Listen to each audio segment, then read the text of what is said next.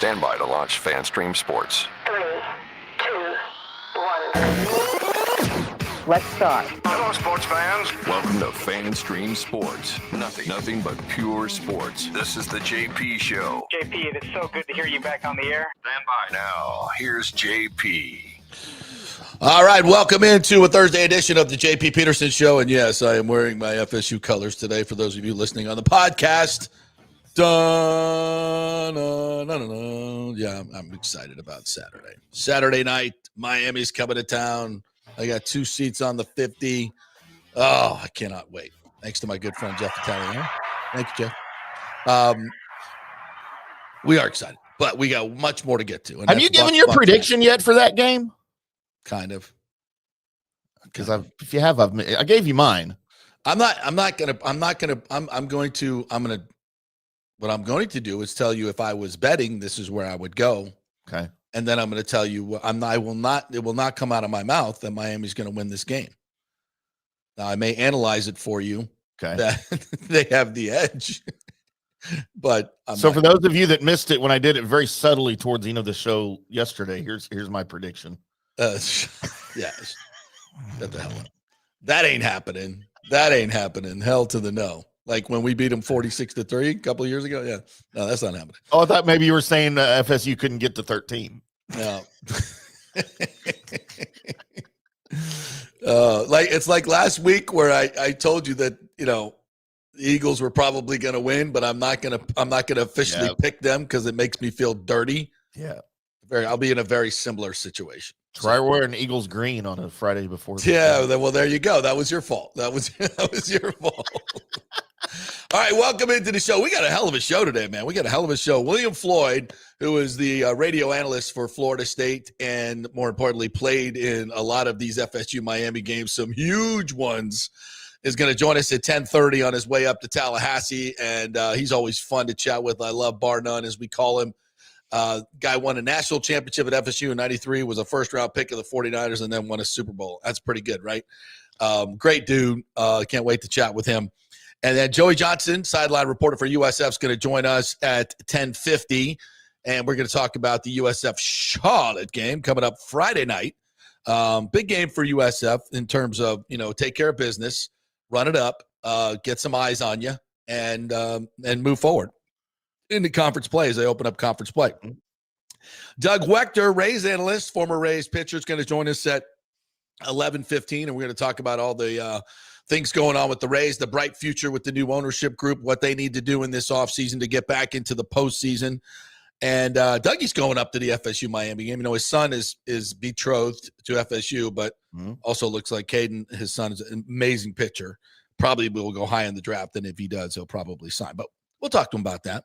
And then Josh Queipo will join us for his weekly film study breakdown of the Buccaneers. We did that yesterday, and it's really, really good. Some very enlightening stuff from Josh Queipo. So we've got a packed show, so let's get right into it, shall we, my friend? And away we go. I'm going to try to keep us on time today, guys. So we don't have time for any of your silly comments. Yeah, we got a clock today. Yeah. Well, if you have some, we'll see. We'll see if we can get it. But you better be good. You better bring it this morning. Better bring it. No tomfoolery today. No tomfoolery. All right, so let's get to it. I was over Bucs yesterday, and a lot of things happened yesterday. First of all, Skip Pete, running backs coach, collapsed during practice, had to bring in the ambulances and all that. Scary, scary situation. Baker talked about it. Todd talked about it afterwards. When those things happen, you don't know what's happening in the moment, right? It can be really, really scary. They got him to the hospital. He's in stable condition. We're here. He's doing well. He was awake before he left, so on the ambulance. So prayers out to Skip Pete and his family, but it looks like he's going to be fine. It was dehydration or something, but they'll do some tests and hopefully everything will be fine with Skip Pete. So Bucky maybe he collapsed because he saw Bucky in a boot, in a walking boot, and I want to make jokes. He's fine. All right. So, but Bucky's in a boot and he's crutches, we talked about this yesterday a little bit. Sprained foot, sprained ankle, whatever it is. I think it happened on that fumble. If you go look at that, his ankle just gets and knee kind of gets bent underneath the tackler. Is probably why he gave up the ball on that one, because he's in excruciating pain. But he came right back and scored a 70-yard touchdown. So he after the game, obviously these things swell up, and he's not ruled out this week. He's not ruled out, but it's I think it's going to be a tough slog for him to get back. So, and to me, that's fine. We've got depth at that position. Rashad White, Sean Tucker, we're fine. That's a situation that if I'm the Buccaneers and it looks like he's kind of iffy or 60, 70%, I'd leave him home. Don't put him on the flight where the swelling can get worse. It's 6 hour flight there. He's walking around doing all the things going to the game. I'd just leave him at home and get him rested up. Of course, I don't know what the severity of it is. I mean, if he can play, because they put guys in walking boots now and then they play that week. It's the old days we see somebody in a walking boot and we're like, oh my God, he's out for 6 to 8 weeks. No. So it's just precautionary. So we don't know exactly how serious it is, but just by looking at, and he did finish the game. So they know what the severity is. And I trust this training staff, but the point is, I mean, this injury report is ridiculous. It's, and they had so many injuries yesterday that they did a walkthrough because Todd Bowles literally said that we have more players that couldn't practice than could practice. So they weren't going to go full speed because what's the point? And they feel a lot of these guys will be able to come back for the game. At least we hope so. I mean, wow. I'm looking at this injury report right now. Oh, wow. Jamel Dean. You want to see it on the screen? Because sure, why not? It's going to look crazy for everybody. Yeah. Whoa. That is the whole injury report. Is that the injury report or the roster? For yesterday, yeah. It's the roster, it looks like. The entire roster. Jamel Dean has a hip. Mike Evans, hamstring, will not play. Greg Gaines, pectoral, probably won't play. Bucky Irving, foot, shoulder. We'll see. Christian Izien, quad. He practiced a little bit last week, but wasn't able to go. Baker Mayfield has a right knee and a biceps. Benjamin Morrison, hamstring. Sterling Shepard, foot. Tyke Smith, foot. Tyke, ankle. Levante David, knee, was limited. Logan Hall, groin, limited. Hassan Reddick, neck, limited. Tristan Wirfs, knee, limited. Godwin, ankle, full. Charlie Heck, knee, full. Zion McCollum, thumb, full. And Seattle has 5 guys, 4 who did not practice. Josh Jones, tackle DeMarcus Lawrence, that's a big one. Julian Love, hamstring, and Devin Witherspoon. I mean, yeah, are you kidding me?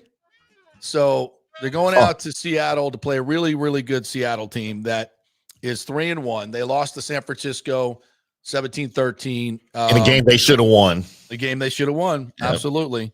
But that's really the best team that they've played so far, I think. And they beat Arizona last Thursday, 23-20. So they've had 10 days to heal up, by the way. Yeah. So they beat Arizona. An overtime game, yeah. A middling Arizona team, I think is fair to say. Yeah.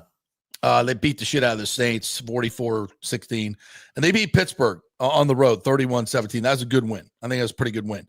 So I don't know how good Seattle is yet, to be quite honest, but Darnold's playing at a high level, 70% completions, 5 touchdowns, 2 interceptions so far.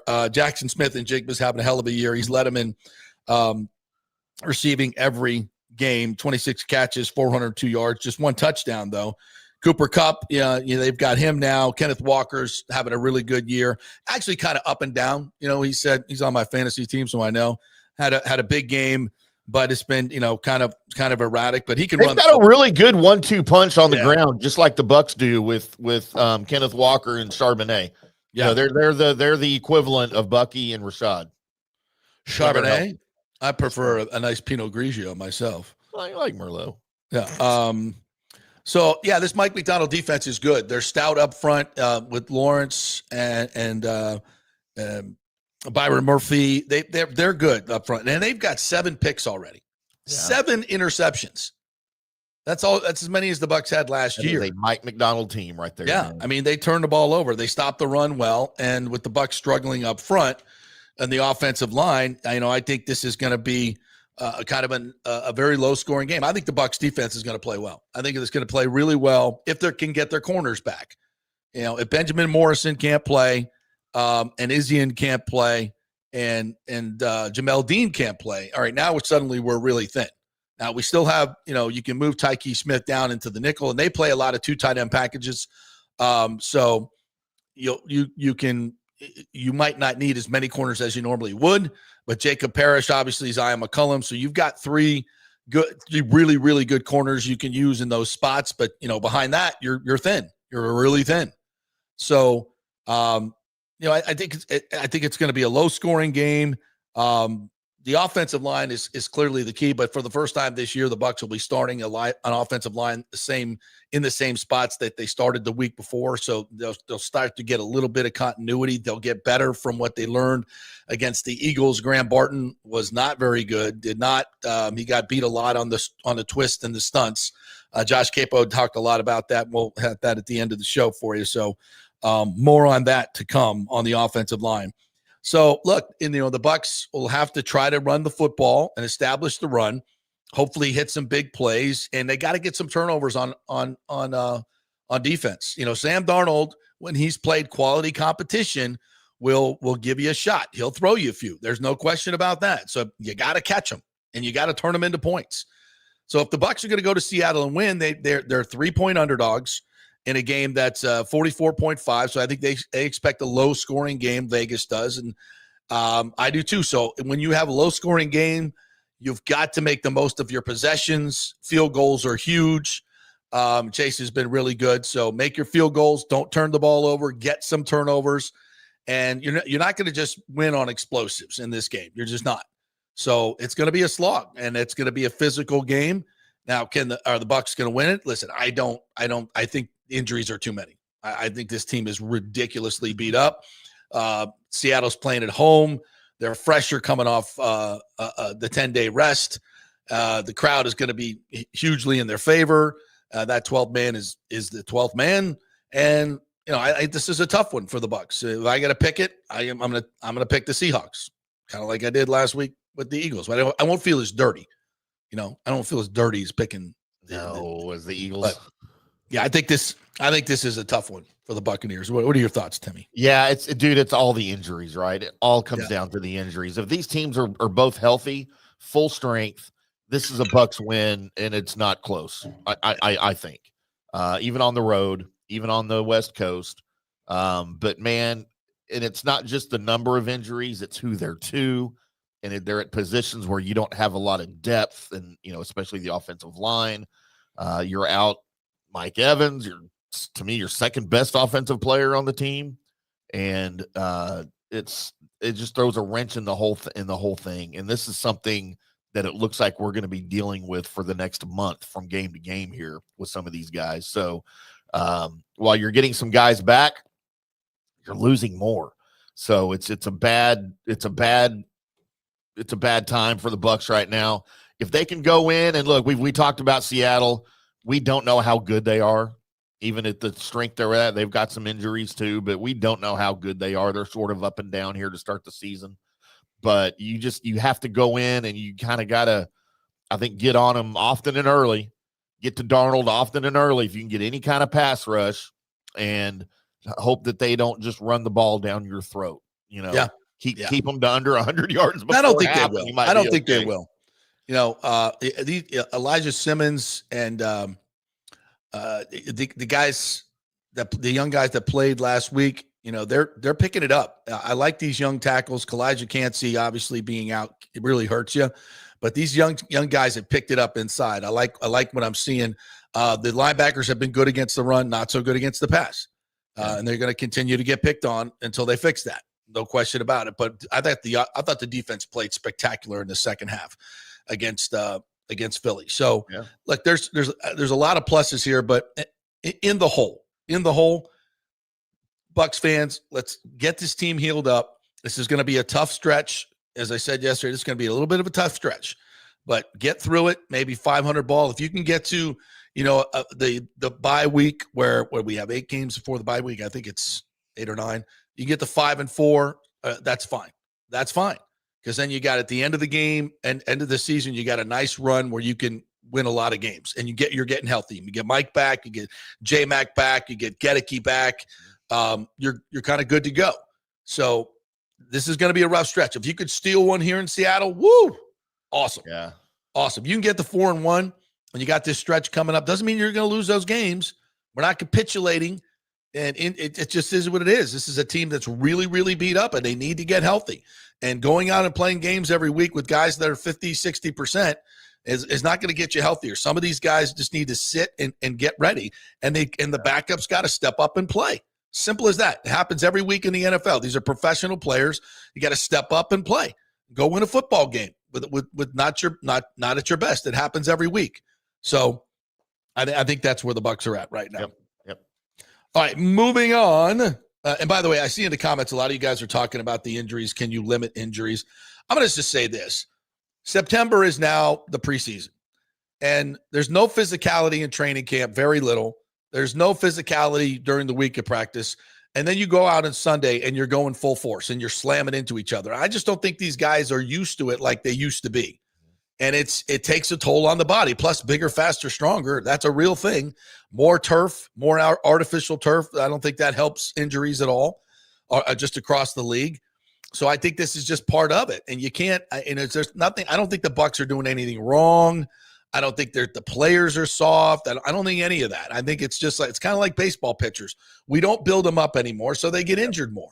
These football players just are not used to all the contact. Back in the day, they probably had more contact and got used to it. This is just a theory of mine. Yeah. Don't forget how much softer the offseason is now for these guys. I mean, when I say soft, I mean that in every aspect of the word when you compare it to 15, 20, 30 years ago, what these guys had to go through in the offseason. And it does not prepare your body properly, even the preseason. These guys aren't going in the preseason. And it does not prepare your body properly for what you get in September, October, November, and December. Yeah. And it's causing injuries. Yeah. And as some of you were saying here, special teams. Yes, we got to be better. We cannot have another kick blocked. And I think John Hill asked about the punting situation. Bowles was asked about that yesterday. He said basically it's status quo. They brought some people in, and I think they're going to give Riley one more game. And he also said, listen, it's on the protection as well. Doesn't matter who's punting back there. If you're blowing your blocking assignments and you got free runners right up the middle, it's going to get blocked. So they got to fix those things in special teams, and hopefully that will get that done.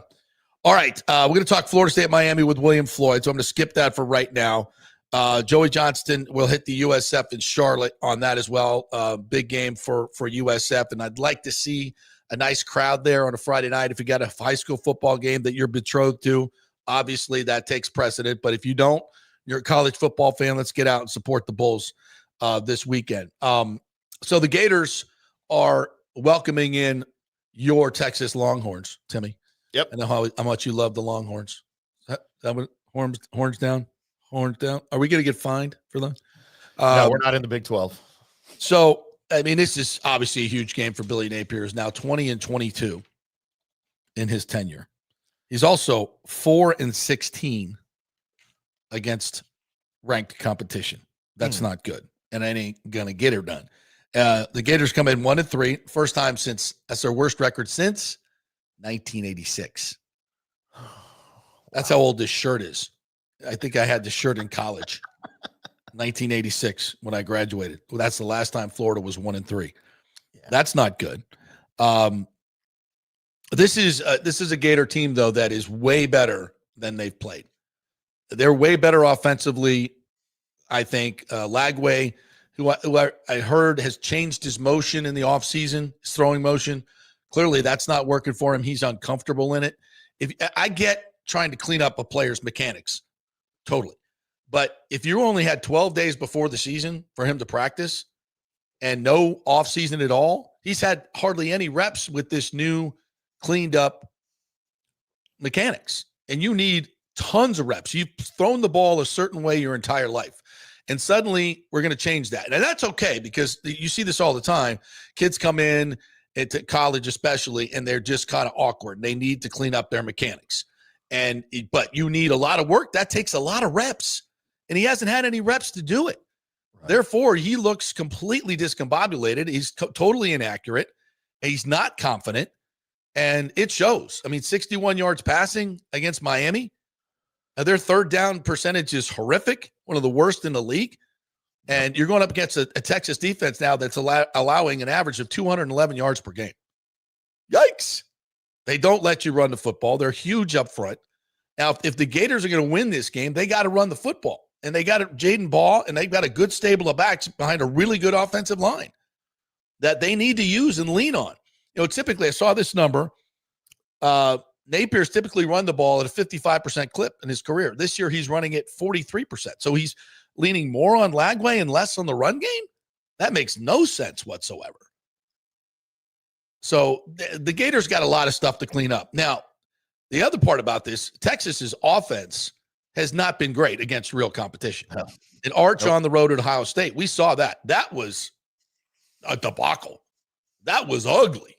He couldn't hit the broadside of a barn. Now, he's cleaned it up a little bit and got more confident. And Sarkisian, talked to Arch and said, hey, stop pressing. But playing Sam Houston State at home, whatever. Playing the Gators in the swamp when they're this desperate with a week off, that ain't going to be a picnic for Arch Manning. So I think, again, another really low-scoring game here where turnovers are going to be huge. And can Arch throw you a few against this really good Gator defense? Hell yeah. Catch them. Get you pick six. Scoop and score. They can, and listen, I've seen like average Gator teams, and we saw it last year at the end of last year when they beat LSU and Ole Miss back-to-back there. It's a 3:30 game. It's going to be hot as hell. Not that Texas isn't used to that, but that is an oppressive place. When it's that loud, 91,000 people, it's hot as hell, it's oppressive. And the Gators got to lean on that defensively, rattle Arch, get a couple of picks, and they can win this game defensively. And offensively, they've got to show more. I mean, clearly, Lagway has got to be better. He's got lots of weapons with Trey Wilson, and he's got some weapons, but they've got to figure it out. They got to get him some easy throws early on, get some completions, bootlegs, et cetera, and get a little something going.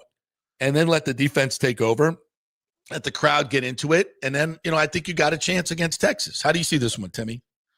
So the Longhorns offense is abysmal against real competition. And I said this on my Pigskin and Burn-Ins college football podcast, by the way, over at fanstreamsports.com. And great podcast. On the College Gridiron Coast to Coast Network. Thank you, TJ Reeves. Mm-hmm. The Longhorns, I'm going to call them T-sips, in case y'all don't know what that means. Longhorns fans are T-sips, okay, with the pinky in the air. That's what we call them as Aggies. Says an Aggie. They are coming off a 55-0 drubbing of Sam Houston State in their last game before the bye week. And that was the game, if you probably saw the replays maybe on TV, of Arch Manning running in for the touchdown and then standing over the guy and flexing as he's laying on the ground. By the way, should have been a flag, and they would have called back the touchdown for that. That's what they do in college football, but they didn't do it.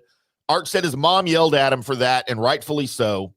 But now everybody's proclaiming, Arch is back, baby. Arch is back. Just look at that game against Sam Houston State. Come on. So, look, Arch is not back, and for him to have been back, he has to have been gone and there before. He's never been there yet. And, guys, look, I'm a Manning fan. I love the Mannings. I named a kid Eli because my wife at the time would not let me name him Archie. All right? So, that is not a joke. That is a fact, sir. So, and I wasn't going to go with Peyton because I still think that's a chick's name. Yeah, but agreed. But, dude, they haven't played well against anybody. Arch has struggled going back 2 preseasons ago or 2 off seasons ago. There were rumors coming out of Austin when he was still behind Ewers that he's not really grasping the offense and he's not getting things like he should, like Sark thought he would. Mm-hmm. Now he's being thrust into the starting job. He still does not have an actual grasp of his offense. The only thing he's got going for him is he can run. When he runs well. But against a defense like Florida, I don't know that he's going to be able to do that. Now, they've got a great ground game outside of Arch. They've got some great receivers, but Arch has to be able to get the ball. So if you rattle Arch early in this game at all, pressure him at all, you're going to throw him into a tizzy. And this could be a cakewalk for the Gators. I don't know about cakewalk, but Texas is favored by 6.5 in this game. I think that's too much. The over-under is 41.5, so it's going to be low-scoring game.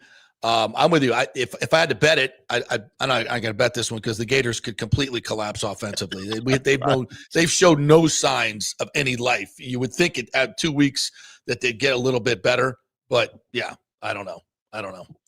All right, we'll take a quick break. When we come back, William Floyd is going to join us, bar none, Florida State radio analyst, and, of course, a national champion at Florida State fullback.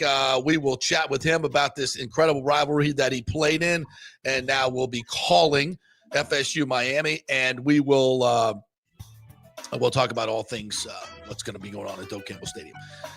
Doug Waechter coming up, Joey Johnston coming up, Josh Queipo, lots more coming your way. Thank you guys for joining us here. We're brought to you by the Jeeves Law Group, JEEVES lawgroup.com. Go to their website and you can get a free case consultation. Either email them or call them. They're local, they are trusted, and they get results. Not attorney spokesman, offices Tampa and St. Pete. And the great folks at Genesis of Tampa, big grand opening this weekend coming up on Saturday. Lots of autographs and picture taking with all the USF players. Will be coming off a big win over Charlotte. Will be there. Mac Harris will be there. Grammatico will be there. Nimrod will be there. Mac Grothy's going to be there. Leroy Selman Jr. Big day Saturday at Genesis of Tampa. Yeah, 275 and Nebraska. Go join them there. Watch football all day. They got food. They got drinks. It's going to be a party on Saturday. You can go by on Friday as well, and Sunday. They got all kinds of stuff going on this weekend. Genesis of Tampa right there on Bears and just off of 275. Back in 3 with William Floyd. Stay with us. Experience the art of driving at Genesis of Tampa, where luxury meets innovation and every detail is crafted for you.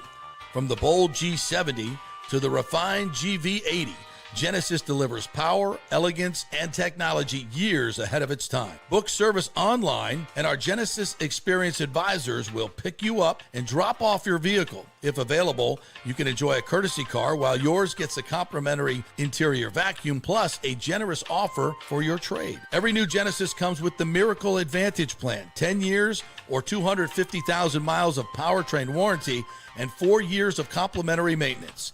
Visit us at 801 East Bears Avenue or online at genesisoftampa.com. Genesis of Tampa, luxury redefined.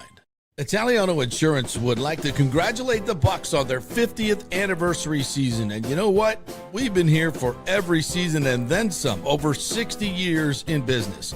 We've seen some smart coaches with great game plans, but if you don't have flood insurance or business insurance, that's a terrible game plan. That could ruin you financially. You don't want to take that L. So call 813-877-7799 and let their friendly agents quarterback your insurance and save you big money. Italiano also sponsors our FSU report every week, so go Noles. 813-877-7799 or go to italianoinsurance.com.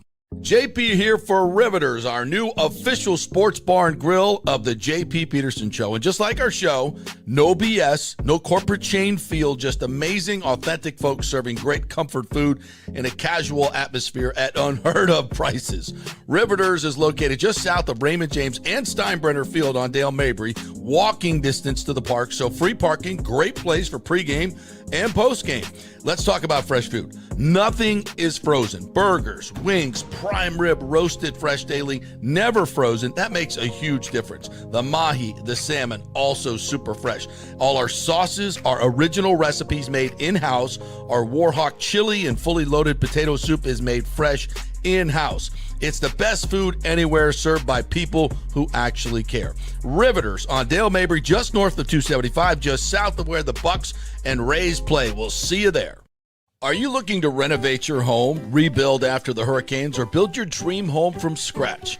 Well, let me tell you about my friend Jason Fawcett and On-Site Construction. They have over 1,450 satisfied clients, 25 years of experience, over 500 designs, and a talented team of over 40 construction professionals. They believe building something exceptional begins by truly focusing on all the details, even the smallest ones. We understand that construction can be a daunting process, and we're here to make it as smooth and stress-free as possible. Quality is non-negotiable at On-Site Construction. We use the finest materials, employ the most skilled tradespeople, and adhere to the highest industry standards to deliver a product we're proud of and that you're going to love. Our project management is meticulous with a focus on completing projects on time and on budget. Your happiness is our primary driver. So give us a call at 813-579-5789 or check out our incredible website at onsiteconstructionfl.com. Are you having legal issues with a business partner or other legal business issues? The attorneys at Walters, Levine, and DeGrave can help. Call 800-616-0384 for a free consultation. At Walters, Levine, and DeGrave, we've redefined what a law firm can be with top-tier attorneys, personal service, and 26 years of success. From business law to civil litigation, we deliver smart, client-focused solutions. Walters, Levine, and DeGrave recently won a $6.4 million jury verdict from a large real estate developer, and they can win for you too. Walters, Levine, and DeGrave. Let's solve it together. Not attorney spokesman. For a free consultation, call 800-616-0384 or go to walterslevine.com. Offices Tampa, Sarasota. Let's go. Right now, back to the show on FanStream Sports. All right, welcome back to the JP Peterson Show, brought to you by the great folks at Riveters, the official watch party place for your Tampa Gator Club. So if you're going to go watch the game on Saturday at 3:30, you got to go to Riveters. That's where the official Tampa Gator Club watches the game. Great food, great staff, great beer. Get the hazy IPA, which is fantastic. Me and Orestes were over there the other day, had our burgers and fries, and it's just amazing. The food is tremendous. The staff is great. It's Riveters Tampa, right there on Dale Mabry, 275. I can't believe you just even mentioned the Florida Gators with who we've got on the phone right now. I'm just getting them all frothed up. I know man. now he's sitting in his car. Yeah, same. The only thing I heard was hazy IPA, so I'm heading to Rivers. Exactly. My man, William Floyd, who loves a great hazy IPA, and they got a good one at Rivers. Hey, Seminole fans are welcome there too, bro. Always welcome there. The Gator Club just has to pay money to go there. So I'm teasing. How are you, partner? Man, I'm doing great, man. Heading to town, getting ready for this game. How you doing? Man, I'll be heading up tomorrow morning, and there's something, I don't know about you, partner, but I'm older than dirt, and I still get chills when I get on that, when I get on I-10 and I start heading to Tallahassee and the road starts getting bumpy, the hills. I'm getting goosebumps right now. It never stops. It started for me, I guess, right before the Virginia game. Of course, that's when I started hearing from all the Miami guys, and I'm like, "Hey, dudes, I'll talk to you next week." But I got my, my hundo, my gentleman's hundo with Lamar Thomas. Warren Sapp ain't really wanting to put no money down on it, but he thinks they're going to win. Melvin Bratton, all those old school guys. I'm getting a lot of talk from them, but it's all good. At the end of the day, you know how this is. Guys have been playing against each other ever since they were in Pop Warner. Going through high school. Now they're doing it in college, and you can throw the records out of the window. It's going to be one of those old school backyard brawls. And it reminds me of back in the day when I played, and the national championship came through the state of Florida. So I'm loving it. Yeah, absolutely. And we got a picture of you right in your national championship Orange Bowl uniform right now, in that 44 in the white, putting your hands up after you scored that touchdown in the Orange Bowl, by the way. Yeah, that's right. There we go. Yeah. That was kind of sweet, winning that national championship on the Hurricanes home turf right there at the Orange Bowl, right? Yeah, man, that field right there. Finally, a kick finally worked out for me on that field. We had the wide rice, and then, Nebraska makes it dramatic right at the end. They drive, get down in field goal position, and they pull that thing wide left. I always say little buddy Clifton Abraham got a fingernail on that ball because of the trajectory on that ball kind of took a little bit of a left, like a little draw in there right at the end to pull that thing left. So I think that Cliff, he always says he got a finger on it, but I have to go back and look at it. Let's get, at this point, let's say yes. We love it. Whatever it takes. Because I remember Coach Bowden always used to said, about those field goals. It's like, it ain't like they blocked them. We just missed them. Right. They didn't block them. We missed them. That's right. So, but anyway, and that has kind of defined this Florida State Miami series, because of the heartbreaks. And most of those games, what we forget is Florida State outplayed Miami in those games and deserved to win those games. But you got to finish. And then the scoreboard is the scoreboard. I ain't gonna bitch about it. We've had our victories over Miami. What are your recollections of the wins over Miami and how hard fought those games were when you played in those games? Well, like I said, man, it was a crescendo for us because it just kept leading up to that 93 game in Tallahassee. You know, we had the first wide right in Tallahassee, 91, go down there to Miami, 92, had a second wide right. And it was like, Coach Bowden, whatever you do, if we get another opportunity, do not kick that ball from the left hash with a right-footed kicker. We just are not successful at getting that done. We got to have that kick on the right hash. So if you remember the national championship game, we kicked that last field goal from the right hash to a right-footed kicker. So we finally got smart about that. But my recollection is, you know, it just builds up to that 93 game, those two heartbreaks. And 93, we saying, man, it is not coming down to a field goal this game. It doesn't matter what happened, fellas. We going out here and we taking care of business. It will not be put on Scott Bentley to win this football game. That's the mentality that we went in with. We listened to in the heat of the night the entire week. You know, but Phil Collins song that started playing that Sunday night all the way through, and that became like our season war cry, war chant, song, for the season. But it started at Miami game. Phil Collins in the heat of the night getting it done that game. 28-10 was the final. It was an ass kicking, and I remember it. It's going to be Saturday night. Listen, and I'm going to say this bar none. I think we're going to need a little bit of Saturday night magic at Doak Campbell Stadium. We're going to need the fans to be in full throat. This is a really, really good Miami team. They're great up front. They can run the football. I'm a little concerned that they might be able to run it well against Florida State. So we need some magic, and that's what this home field is all about. It's going to be loud. I'll be part of it right there at the 50-yard line. How do you see this game playing out, especially up front? Well, I mean, I think you hit it on the head. We have to win the battles on the offensive and defensive side of the ball, more so defense. I mean, you could have never told me that we scored 38 points in the game and not win. Yep. And that's what kind of went down last week, So, and a lot of that has to go on the defense. I mean, they gave up 46 points. So, and a lot of it was the run. They had like 3 12-plus play drives where Virginia just masters. So they have to get their mind right, their mentality right, because Miami's going to come in with the same thing. And if they're successful running the football, that play action pass across the field or those crosses or sitting down in the zone, all that stuff is going to work if you can't stop the run. And we couldn't stop it last week. So that has to be the first thing. Go out there, stop the run. On the other side, I think we can score with anybody. I mean, we proved we took it right down to the wire. We can put up points. But, like Coach Bowden always said, man, if they don't score, they can't win. And that's the mentality you got to have Saturday. Well, so what adjustments do you see made defensively on Tony White got to make for this game? Or is it just, to your point, it's a matter of mentality when it comes to stopping the run? Well, I think we have to give ourselves a little bit better chance to win against the run. Like I saw a lot of 5-man front, and, we still kind of play defense the same way when they're running the ball. Man, you got to crowd that box. And my thing is crowd that box like Florida did and force, Carson Beck to have to throw that ball to win the game. If you look at that game, that Florida game, they took the ball out of his hands at the end of the second half. Like in those last 2 drives, they did not let him put the ball in the air because they were running the ball so effectively. And then if you saw when he threw that interception, you can see in his eyes like something kind of changed. Like, okay, these guys are playing some good defense, and that's why, the knock on him in Florida was he wasn't able to get the ball downfield. Now, he's been able to have some high, I think he's over, 75, 80%, something like that, as far as completions.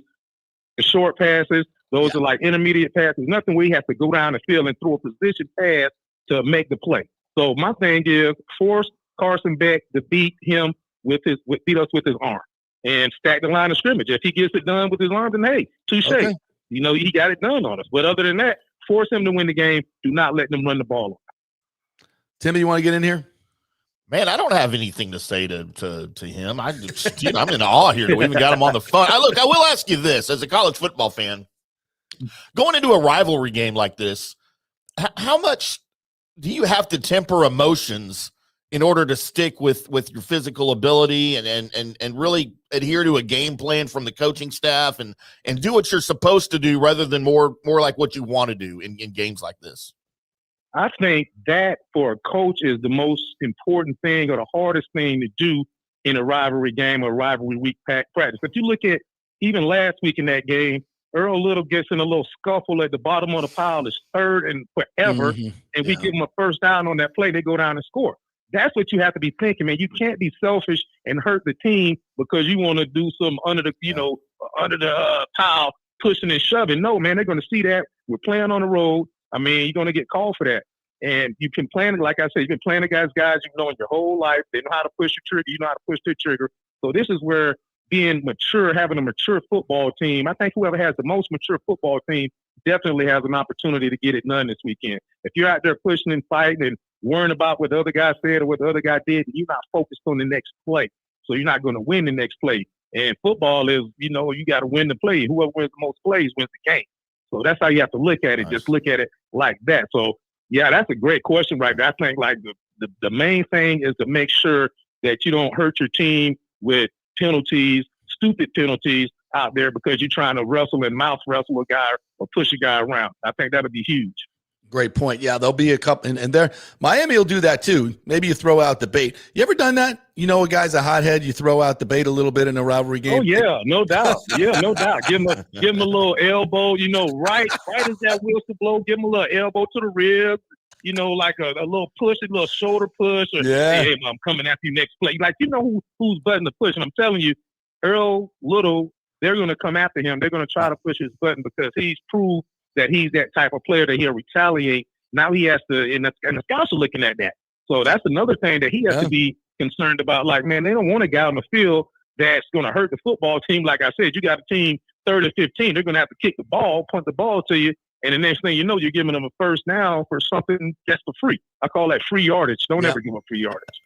Hey, one last question. Do you have any really one good FSU Miami story, like with Sapp or any of the other big names that have come in? Oh, yeah, man, I got a great one because this is a funny one because the guy that remembers this the most, because I forgot about it, is Joey Johnston, The Rock. Yeah. Oh, The Rock. I see him at a wrestling. Yeah, so I see him at a wrestling deal. I'll take my son. This is probably about 10 years ago or so.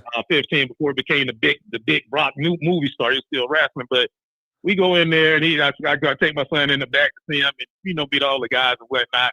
He was like, "Oh, so yeah, William, you remember that night that we were talking trash on the phone." So basically, what I was telling you about in the heat of the night, that song when we started playing Phil Collins, it was after the conversation we had with those guys. That was back in the day when you actually had to talk on the phone to a guy. You couldn't text and send all that stuff. You had to actually dial the rotor or punch the buttons to call the guy. So I don't know if they called us or we called them, but it was like myself, Todd McIntosh, Devin Bush, Derek Brooks, Corey Sawyer, Clifton Abraham. It's like 6 of us, and it's like who was on that team? That he was like oh man, it was Brohan Marley, Sapp, Dwayne Johnson.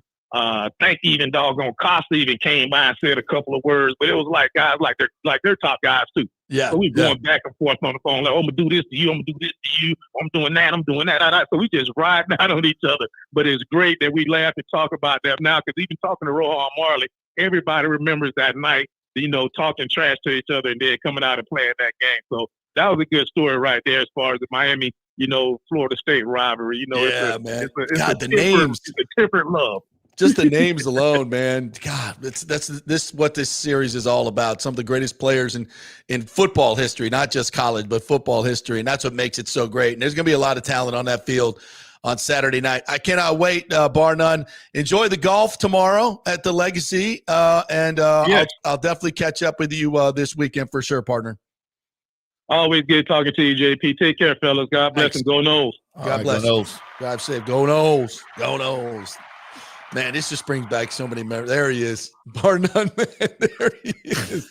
I might be in that scrum. Am I in that scrum? Probably in there somewhere. Yeah, probably in there somewhere. It's like your kneecap over there to the top right. Yeah. All right, great stuff as we get you set for FSU Miami. All right, quick break. When we come back, it ain't a rivalry game. It's not the big one on the national docket, but this is a big game for USF. They got to get the conference schedule going and get a big win over Charlotte and keep it rolling. So we'll talk to Joey Johnston coming up next. We are brought to you by the great folks at the Gold and Diamond Source. Folks, if you're looking to pop the question this Christmas, you got to go ring shopping. You go to the Gold and Diamond Source. You walk in, and you tell them, hey, we're here to buy an engagement ring. And JP sent us, first and foremost. And he told me, well, you have the best staff and the great selection, the best prices, and you're not going to try to upsell me. Here's my budget. And they'll take it right from there. They'll make you feel right at home, like you're part of the family, because it is a family business. It's a family business. The Weintraub's there, Julie and Steve Weintraub, and they're going to treat you like family, and you're going to come back time and time again. You could bring your ring back, too, to get full value for it when you upgrade, 10, 15 years later. You want to renew your vows, bring it back. They'll give you full price for what you paid, which is ridiculous, and you can get a new one. So it's the Gold and Diamond Source, a great, great local company, does so much in the community as well. Great philanthropist. So go see him at the Gold and Diamond Source, 3800 Omerton Road, just across the bridge if you're coming from Tampa, about 15, 20 minutes. Back in 3 with Joey Johnston. Stay with us. The Gold and Diamond Source is working every day to be your family jeweler. Right now, a $5,000 engagement ring with 0% interest can be yours for just $83. So don't let the holidays sneak up on you this year. Now is the time to get ahead with their in-store layaway. Trade in your old jewelry for cash. Gold has never been higher. The Gold and Diamond Source is offering the highest ever trade-in values for your gold and diamond jewelry. Now is the time to get your holiday shopping started. So come in now, relax, shop, and save at the Gold and Diamond Source. We love Julie and Steve Weintraub, great local philanthropists, and you can find them at 3800 Omerton Road in Clearwater, where you'll always find the perfect gift, only at the Gold and Diamond Source. Welcome to Kingmakers, home of the JP Peterson Show studio and Tampa's premier business networking and social club for members only. By day, it's an exclusive, vibrant co-working space with a stylish conference room, focus rooms, a full production studio, and an in-house marketing team. And by night, Kingmakers transforms into a sports-centric social hub with a full sports bar, golf simulator, and exclusive events. For young entrepreneurs and seasoned professionals, it's the perfect place to work hard, play hard, and make big moves in Midtown Tampa. Close the deal, celebrate the win. Only at Kingmakers. Become a member today at kingmakerstampa.com. Your business, your club. JP here for the Jeeves Law Group and my man Scott Jeeves, who lives right here and has long been a highly respected member of our community. He's a proud sponsor of the Tampa Riverwalk. Jeeves Law Group is also a proud sponsor of our Grand Central District in St. Pete and has neighborhood events throughout the year. He has an office on Central Avenue in St. Pete and one on South Howard in Tampa. You can't get more local than that. So when you need an attorney, you're going to hire some huge firm that advertises all over the state or the one that supports your favorite sports show. It's the Jeeves Law Group. We're local, we're trusted, and we get results. For personal injury and personal attention, call us for a free case evaluation. That's 8889-JEEVES. That's 8889-JEEVES. With this record heat in Tampa Bay, you better have your AC unit running at peak efficiency. Third Generation Plumbing installs the best American standard AC units. Our split systems offer the highest efficiency available while reducing energy bills and maximizing comfort. That's why Third Generation Plumbing trusts American standard air conditioning, built to last, made to perform.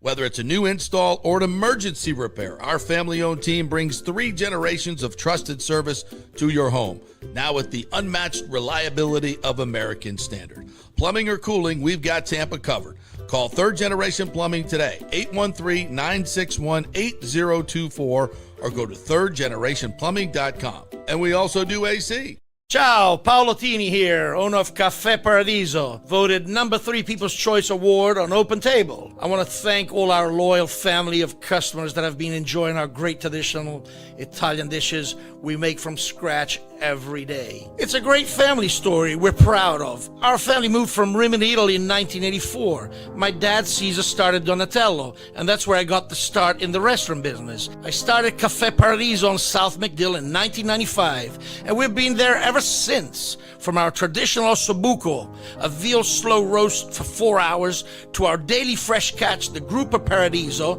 with a piccata sauce and lobster claw meat, homemade pasta like lasagna, farfalle salchicha, which is a bow tie pasta homemade with fresh sausage. Hold on a minute, JP's favorite. I love it. So come and have a glass of wine with me on South McDill. Get a reservation on Open Table and see all our 5-star reviews. Ciao, see you soon at Paradiso. Let's go. Right now, back to the show on FanStream Sports. All right, welcome back to the JP Peterson Show, brought to you by the great folks at Third Generation Plumbing, American Standard Air Conditioning and Heating, the dynamic duo that will get you feeling cool in these hot temperatures. ThirdGenerationPlumbing.com. They also do AC in conjunction with American Standard Heating and Cooling, your dynamic duo to take care of your HVAC needs. All right, let's talk some USF football with our good friend Joey Johnston, sideline reporter, and also author extraordinaire, longtime Tampa Tribune writer as well, who joins us now. I'm working on it. We're working on it. Working on it. Hang on. I see him. down there. Some issues with your camera. Hang on. Blame it on me. Why There we go. There he is. What's up? How are you, Joey? When he just went out. That's him. That wasn't us. Oh, okay. We're waiting for his connection to come back. Maybe go out and come back in, Joey. USF playing on Friday night, 7 o'clock, ESPN 2, taking on Charlotte. It is their first conference game of the year in the American. Don't call it the AAC. It's the American now. Yep. And they have played Charlotte a couple times and boat raced them by an average of 34.5 points, scoring 48 or more points and accumulating more than 500 yards of offense in each game. Last year, they won at Charlotte 59-24. So it's a game that you should win. It's a game you should run up some points and get a little bit more national recognition, maybe pop back in the top 25 where they should be anyway, as I tap dance here to see if we can get Joey back. Yeah, I don't know if he can hear us or not. All right, I'll text him. Yeah, I want you to text him, let him know to pop out and pop back in. Yeah. We'll see Speaking of the top 25. Yeah. Yes. All right. I don't know if he can hear us or not. All right. I will text him. Producing on the air. It's the greatness of a live show, boys and girls. What you get Yes. By the way, I'll tell you, our USF report brought to you by Genesis of Tampa, and they will be hosting a lot of USF players on Saturday for an autograph signing. It's a true NIL deal. And there you go, Genesis of Tampa supporting your USF Bulls with real NIL money. So they'll be signing autographs from 2 to 4.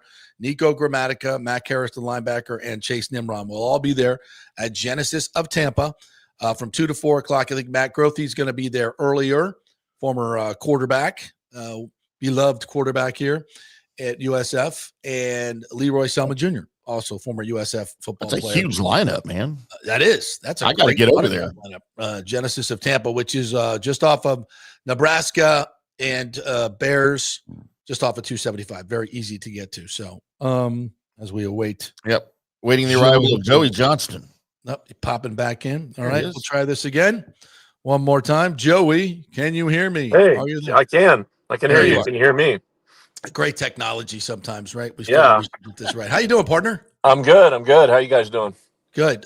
Really enjoyed your piece on Rob Higgins and Tampa Sports Commission and all the things that he has done there. That was I found that on Facebook. I don't know where else it is. I'm going to repost it later on.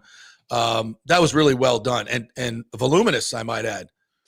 Yeah, you can say that again. When's the second book come about? Yeah, it was lengthy.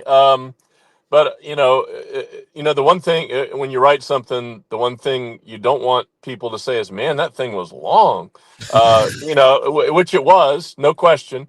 But you wanted to have some flow and you wanted it to be enjoyable. Oh, it was fantastic. Fantastic. Yeah, but it definitely was long because if you try to incorporate all the people that need to speak on Rob, it's going to be long. That's just the way it is. It's pretty much everyone in town. That's the beauty of modern day media too. Back in the day, you wouldn't have been able to write something like that. Have no prayer to get that in the newspaper. No, you're absolutely right. Yeah. So it's worth the time. It's worth the read. Every bit of it. Yeah. But it was really fun. It's like you write a long thing, and sometimes it's like, oh my gosh, that's like that killed me. But this was so much fun to do because talking to all the people, they all had wonderful things to say about Rob and their experiences with Rob. So it was a joy to interview them and put this all together. Well, he's kind of your boss now at USF as the CEO of athletics. So, I mean, what you've seen USF for the years. You have the great perspective of having covered it and seen the ebbs and flows of their athletic department. And what do you think? Like, what can Rob bring to this that can kind of put USF over the top and make them a priority in this town? I think Rob will be the guy that will position USF properly in this marketplace, which has always been a bit of a struggle over the years in a professional town for USF to maximize its resources. And speaking of resources, I think Rob will do a great job of finding more resources to fund. Oh dear. Oh dear. Lost him again. Internet Wi-Fi. Waiting patiently to see if he reappears magically. Oh, he's gone. Did not. Maybe he'll come back. Yep, I'm sure he hung up, and he's probably going to pop right back in. All right, we'll try it. We'll wait patiently for that. Yeah, there he is. There he is. You're back. Sorry about You're that. back. That's okay. Yeah. So as we were talking, Rob is the man to get this done. And listen, the stadium, obviously, it's been funded, but you got to build it. It's not easy. So he's got to, and while he does all this other stuff, he's got to kind of shepherd that as well, right? Yeah, he does. That's well underway, and he just has to bring it to the finish line. And I think it's more of an overseeing kind of thing. Most of the heavy lifting has been done. The plans have been made. So it's just a matter of shepherding it through. Obviously, you want as many people giving resources to the project as you can, so he can probably help with that. And there's going to be people that want these premium seats, and Rob will find those people and maximize that. So I think all of that will just be enhanced. Again, it's as Rob said in his press conference, the potential word has been used forever, for decades now with USF athletics, and but Rob will find a way to make that potential into reality, I think. Yeah. Now the new P word is production, right? Yes. Get it done. Yes. Get it done. Yep. That's expected now. And I think that's great. All right, so let's talk about this football game. USF taking on Charlotte, a team they have boat raced twice. I kind of went through the numbers there. 34.5 points per game that they've scored victory margin-wise. What do you expect from this team, the USF and Charlotte, on Friday night? Well, USF is a solid favorite, and I would expect if USF plays its game, it will win comfortably.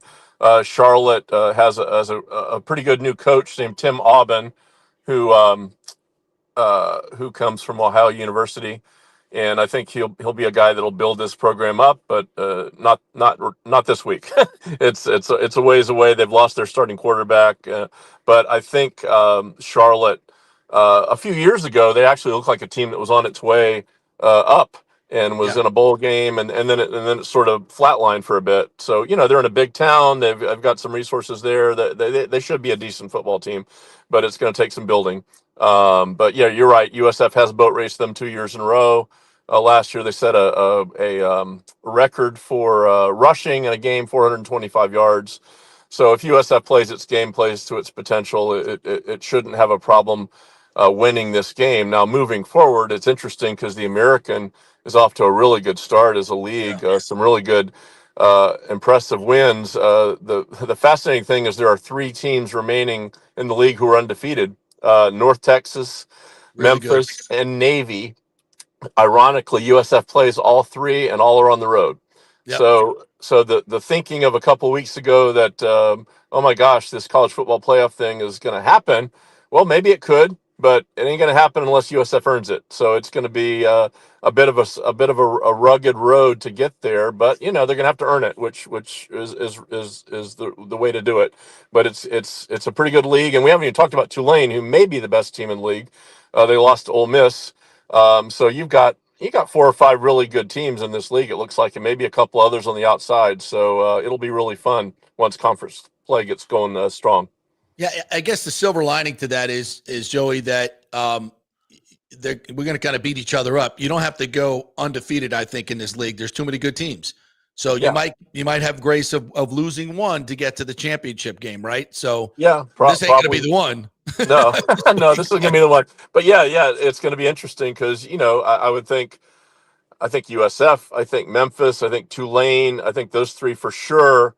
Most people would agree that those are legitimate teams that could legitimately be in the title game. Navy, maybe. I mean, perhaps.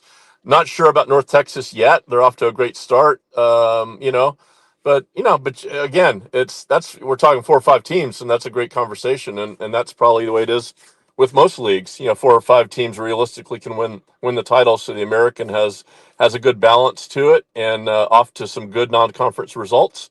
So yeah, it's going to be fun the rest of the way, and USF is going to have some interesting games on its schedule for sure.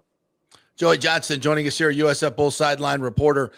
Byron Brown is off to a really good start, and the numbers were just great last game. They got explosives all over the place. I think they set a record for touchdowns over 20 yards. What do you think about Byron coming back from the broken leg? Obviously they played very tough competition. They have 2 top 25 wins. What have you seen from him this year that you really like in his game?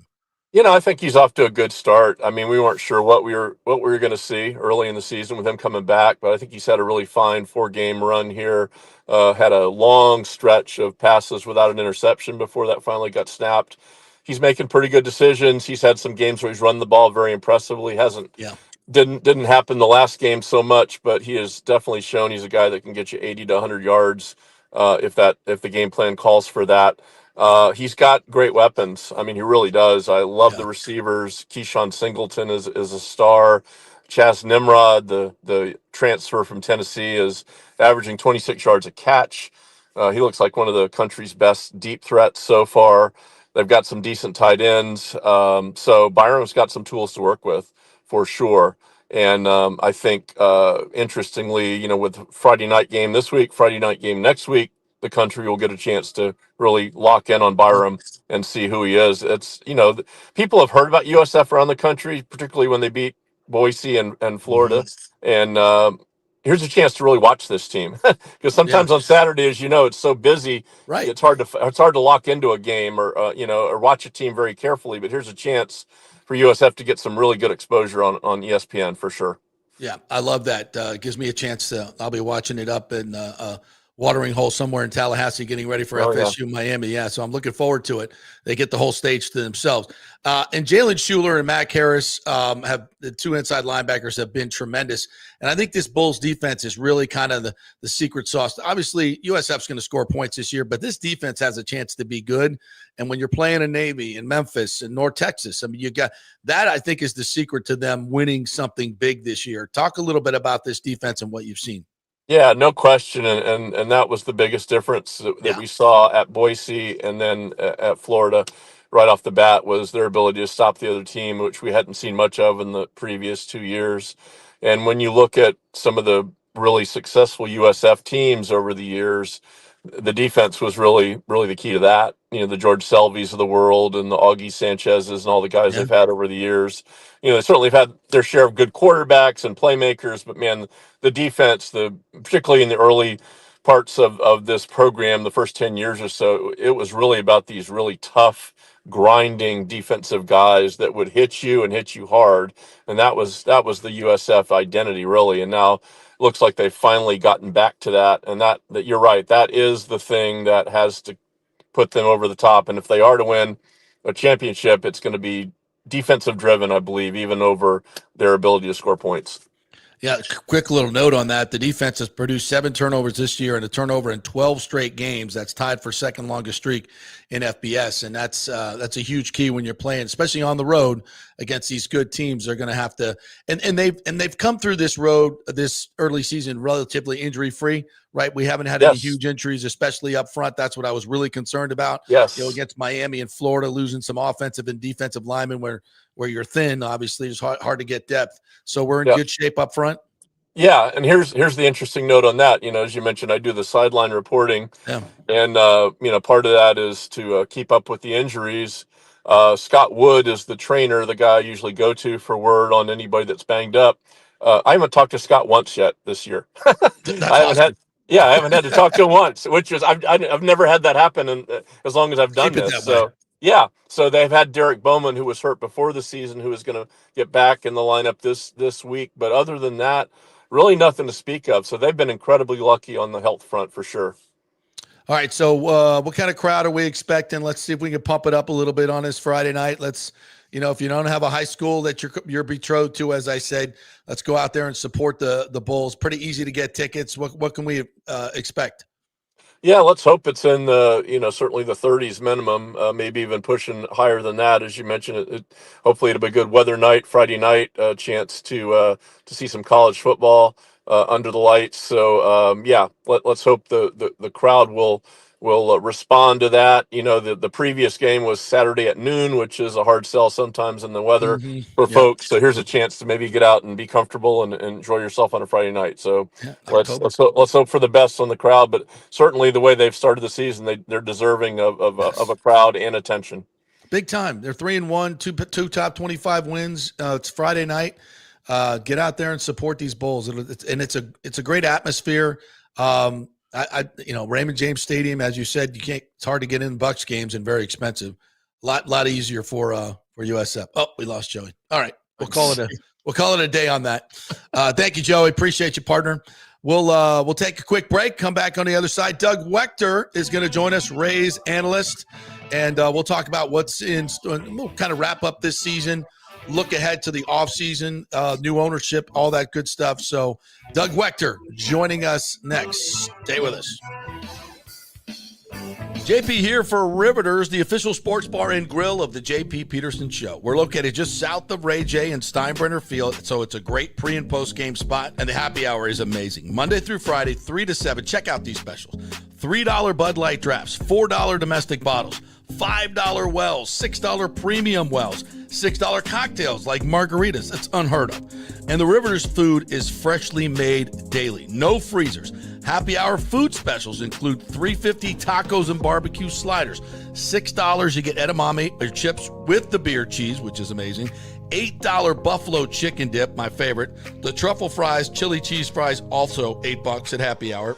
As well as other specials throughout the week, including Taco Tuesdays, you get $3 tacos, and Wing Wednesdays, 7 o'clock to 1 a.m. in the morning, you get our amazing wings, 5 for $5 and $5 wells and wines. That's a good Wednesday night.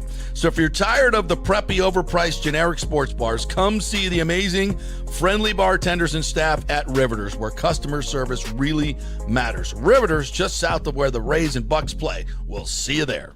Experience the art of driving at Genesis of Tampa, where luxury meets innovation and every detail is crafted for you. From the bold G70 to the refined GV80, Genesis delivers power, elegance, and technology years ahead of its time. Book service online, and our Genesis Experience advisors will pick you up and drop off your vehicle. If available, you can enjoy a courtesy car while yours gets a complimentary interior vacuum plus a generous offer for your trade. Every new Genesis comes with the Miracle Advantage Plan, 10 years or 250,000 miles of powertrain warranty and 4 years of complimentary maintenance. Visit us at 801 East Bears Avenue or online at genesisoftampa.com. Genesis of Tampa, luxury redefined. Italiano Insurance would like to congratulate the Bucs on their 50th anniversary season. And you know what? We've been here for every season and then some, over 60 years in business. We've seen some smart coaches with great game plans, but if you don't have flood insurance or business insurance, that's a terrible game plan. That could ruin you financially. You don't want to take that L. So call 813-877-7799 and let their friendly agents quarterback your insurance and save you big money. Italiano also sponsors our FSU report every week, so go Noles. 813-877-7799 or go to italianoinsurance.com. JP here for my friend Jason Fawcett, owner of On-Site Construction. They do residential and commercial renovations and new construction. As a leading home builder and general contractor, On-Site Construction prides itself on transforming homes through superior craftsmanship, dedication to client vision, and an unmatched commitment to quality and service. It's about building relationships.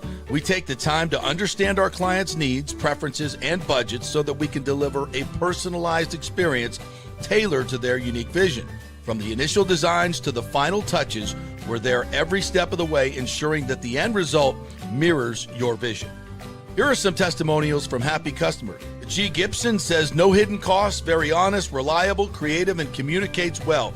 Reasonable and fair with their pricing, no hidden costs. C. Smith said, did not disappoint. I'm very happy with the work. This company really cares and will take care of it. So if you're just thinking about building or renovating, give us a call and let's see what's possible. 813-579-5789 or check out our website at onsiteconstructionfl.com. Are you having legal issues with a business partner or other legal business issues? The attorneys at Walters, Levine, and DeGrave can help. Call 800-616-0384 for a free consultation. At Walters, Levine, and DeGrave, we've redefined what a law firm can be with top-tier attorneys, personal service, and 26 years of success. From business law to civil litigation, we deliver smart, client-focused solutions. Walters, Levine, and DeGrave recently won a $6.4 million jury verdict from a large real estate developer, and they can win for you too. Walters, Levine, and DeGrave. Let's solve it together. Not attorney spokesman. For a free consultation, call 800-616-0384 or go to walterslevine.com. Offices Tampa, Sarasota. Let's go. Right now. Back to the show on FanStream Sports. All right, welcome back to the JP Peterson Show here as we roll on this Thursday. Huge thanks to all of our great sponsors, including Don'tGoUncovered.com. It's open enrollment season, so if you are looking for some health insurance, get it now. And they can find out what kind of subsidy you might be able to get. They'll do all the work. You save all the money. Don'tGoUncovered.com is the website. So check them out. I've used them for 5 years. Very, very helpful. And have saved me thousands of dollars on my health insurance. So check it out at don'tgouncovered.com. That's the website. You can get the number there and give them a call. All right, let's talk some Rays baseball with the Rays analyst, former Rays pitcher, and overall tremendous dude. I guess now we just should introduce you as the dad of Doug Waechter, since he is now the sensational young pitcher. What's going on, Doug Waechter? How are you, partner? I'm doing great, man. First of all, I love that shirt. They got a big game coming up this weekend, man. I'm actually heading up there. It'll be good times. I've never been to a Florida State-Miami game. Obviously, I'm rooting for the Noles. I can't wait for this environment. It sucks that, honestly, game day backed out. I was looking forward to, getting out there and actually experiencing that for the first time ever. Yeah. But they weren't either ever way, coming. They weren't. You don't think so? Even if we won, no. They hate FSU with a passion. And Kirk Herbstreit hates FSU with a passion. He's going to be in the house. Yeah. You better close the windows. That's all I'm saying. You better close the windows. This crowd is going to be all anywhere he goes. The poor dog might get abuse as well. I don't know. Yeah. It's going to be ugly, but whatever. It'll be a good game, man. I just hope it stays close. I'm a little worried about Miami's offensive line, but I think we got a lot of talent on the FSU side, so hopefully it's a good game. So explain to people why you're a Seminole now, because Caden is it's I don't know if you're signed yet, but he's committed to FSU, and of course he may go really high in the draft. So we don't know if they'll ever make it there. Well, part of your introduction, obviously, my son, Caden, thanks for bringing that up. Love it.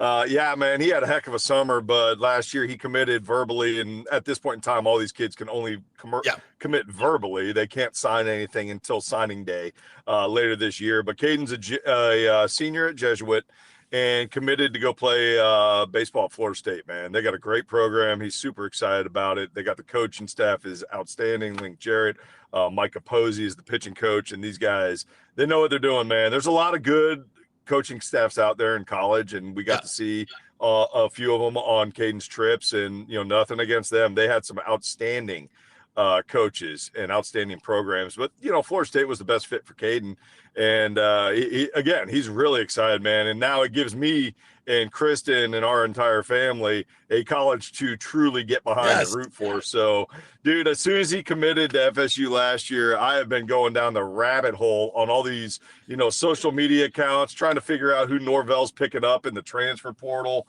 all kinds of stuff, man. I went way over the top. I went from 0 to 100 in one day. So that's why I'm a Noles fan. But yeah, man, Caden had a good summer, so he's on track to potentially get drafted as well. So we'll see on that end.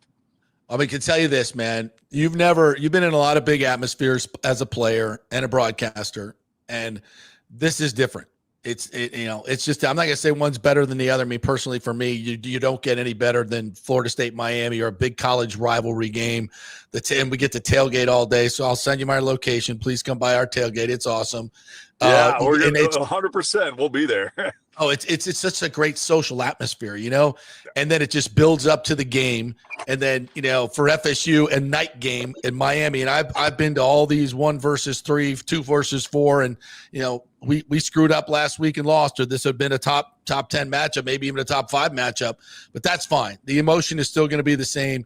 And when Osceola comes out with the spear on Renegade and it's lit and it goes down, bro, there would just be chills, and then the game begins, and you've got some of the best talent in the nation, just so emotionally charged. It's just you got to experience it, man, and it's it's going to be nuts. So it's so funny. We went last year to 2 games, and as Caden was going through the recruiting process, FSU, the baseball guys were very smart about the way they brought in the prospects. And you always go to a big football game, right? They try to get you in on a big football game weekend. And going into the season, they're like, oh, this is perfect. We'll have these recruits come to this game, and this game should be great. And by the time we got to the games, it was, how FSU season went last year. And so by halftime, they had these recruits out of there and over at Madison Social eating and getting into the environment and all. It was a good move. But this year, obviously the recruits are staying the whole game, and it's a lot different. And so that was the Doak Campbell that I got to know was just last year. I haven't been really involved in it before that. And so just watching on TV and being able to, kind of get behind all the emotion of it. And I know we lost last week, but honestly, it wasn't a terrible loss. It wasn't a good loss, but it wasn't a terrible loss where it'll knock you out of the playoffs. There's still a route to get to the playoffs. Yep. But it starts this weekend, and that environment's going to be rocking, man. I can't wait to get in there.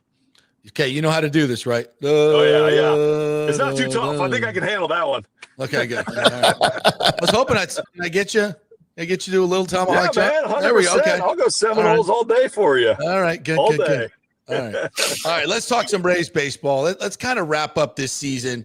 Obviously they swept at the end by Toronto.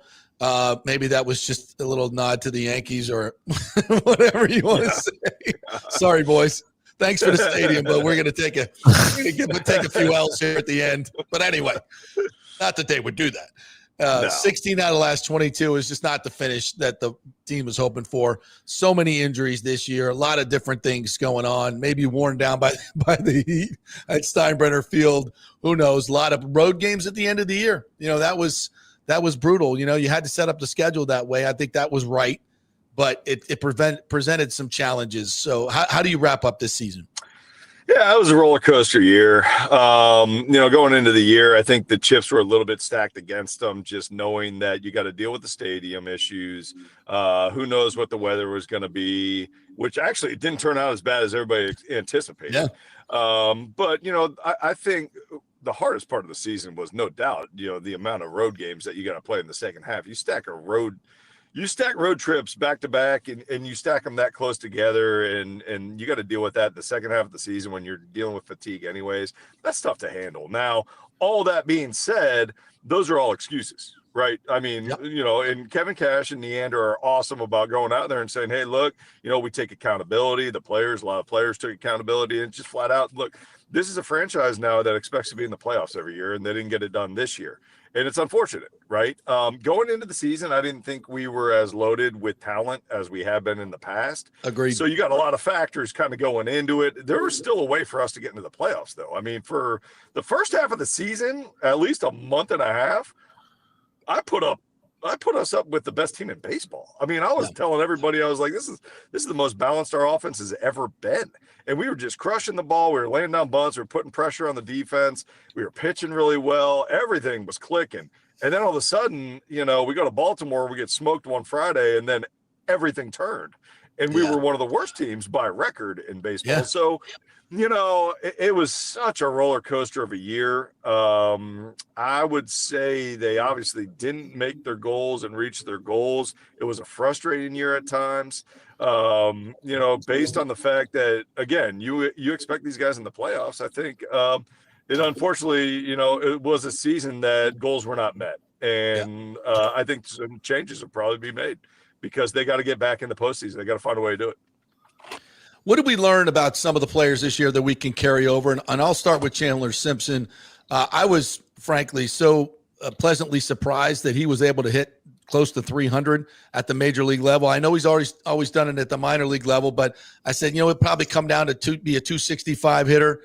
What a pleasant surprise. And I think, defensively, the fact that he's always been an infielder and now moved to an outfielder and had to learn all the different stadiums and everything, I think it got incrementally better. And I think he's a huge piece. And I just love the speed and the leadoff ability moving forward for this kid. Let's talk a little bit about him.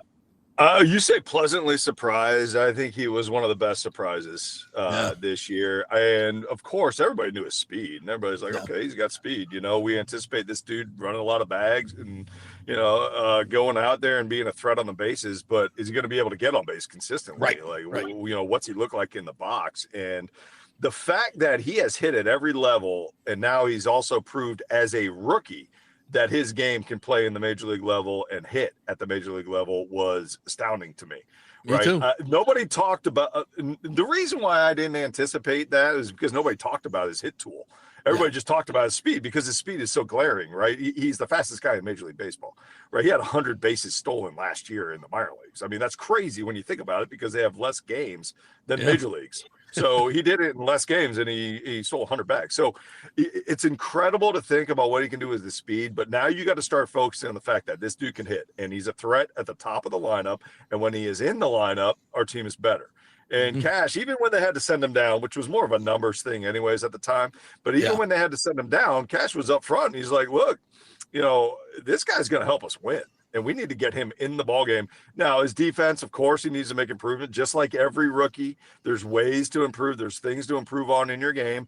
And he's going to focus on defensively, being a little bit, better route runner and just better overall. That's all. Just get more consistent out there. But the tools are absolutely there. And, the hit tool is one of those things that when you see that hit tool come across, you're like, man, this guy's a real player. And he can be a player for a while because – his game, he doesn't have to hit the ball out of the park to be effective. Right. And he's so great at knowing what his game is and staying inside of that game. He's not one of those guys who comes up as a gap-to-gap hitter and now all of a sudden wants to go launch angle and hit 30 bombs, but hit also 200, right? He's not that guy. What he is he's putting the ball in play, put pressure on the defense. That's what his game is. And as a former pitcher, I hated pitching against guys like him and hated to get pitching against guys like Jake Mangum.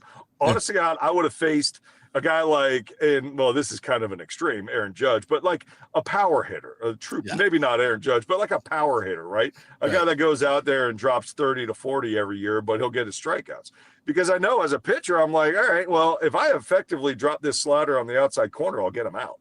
With Simpson, he just goes up there and just spoils pitches. And now all of a sudden you throw 9 pitches to this guy and you're just like, I'm just going to pipe one. I'm so tired of seeing this guy in the box. I'm going to pipe one and see what happens. And he just nubs it into left field with about 65 mile an hour exit velocity. And he's on first. Now he's a pain in the ass on first. Now I got to deal with him there. Right. Yeah. I love his game. And I think as a table setter, he can be fantastic. Carson Williams, clearly a great defensive player. And he's got pop, but I'm still really concerned about the strikeouts. Should I be? Can he get that out of his game? To me, we were talking about Chandler, and there's some surprises, pleasant surprises with Chandler because we didn't hear enough about certain tools. I think with Carson, he's been such a polarizing prospect that we have heard a lot more about his tools, and we knew what to expect when he came up. And he was struggling with swing and miss in AAA. And so if you're struggling against AAA pitchers with strikeouts, it's not going to get better when you get to the big leagues. I mean, it's one of those things that we want. I think it was more about getting him a taste of the big leagues, right? Getting him up here, getting him those reps so that by spring training next year, he doesn't feel like an absolute rookie who doesn't know what he's doing. He can go in there and be like, all right, I got some home runs under my belt. I got some, really nice plays under my belt. I know what I'm doing up here. I haven't seen all these pitchers. I haven't been to all these stadiums. There's still a learning curve, but at least I got my foot in the door. And that's a big deal. I mean, it's hard to go into spring training without any major league experience and make the club and be effective. Like, it's a really good thing that they got Carson Williams up last year, so he has that experience. Now, he does have to improve on swing and miss. He's got to get a higher contact rate. That's one of the holes in his game, and that's one of the things they're going to focus on for sure. Now, how do you do that? I don't know. I'm not a hitting guy. I'm assuming, do you look at the swing mechanics? Do you look at, the way his approach is? Do you change the approach? Like, do you change all of it? I don't know. I know the tools are there, and they're very high on his hit tool. They love the power, what he can do with the power. But they have said it from the beginning that he has to reduce some of that swing and miss, and how they're going to go about that, I don't know. But I thought Chandler, when he came up, it was pretty much as advertised. Yeah.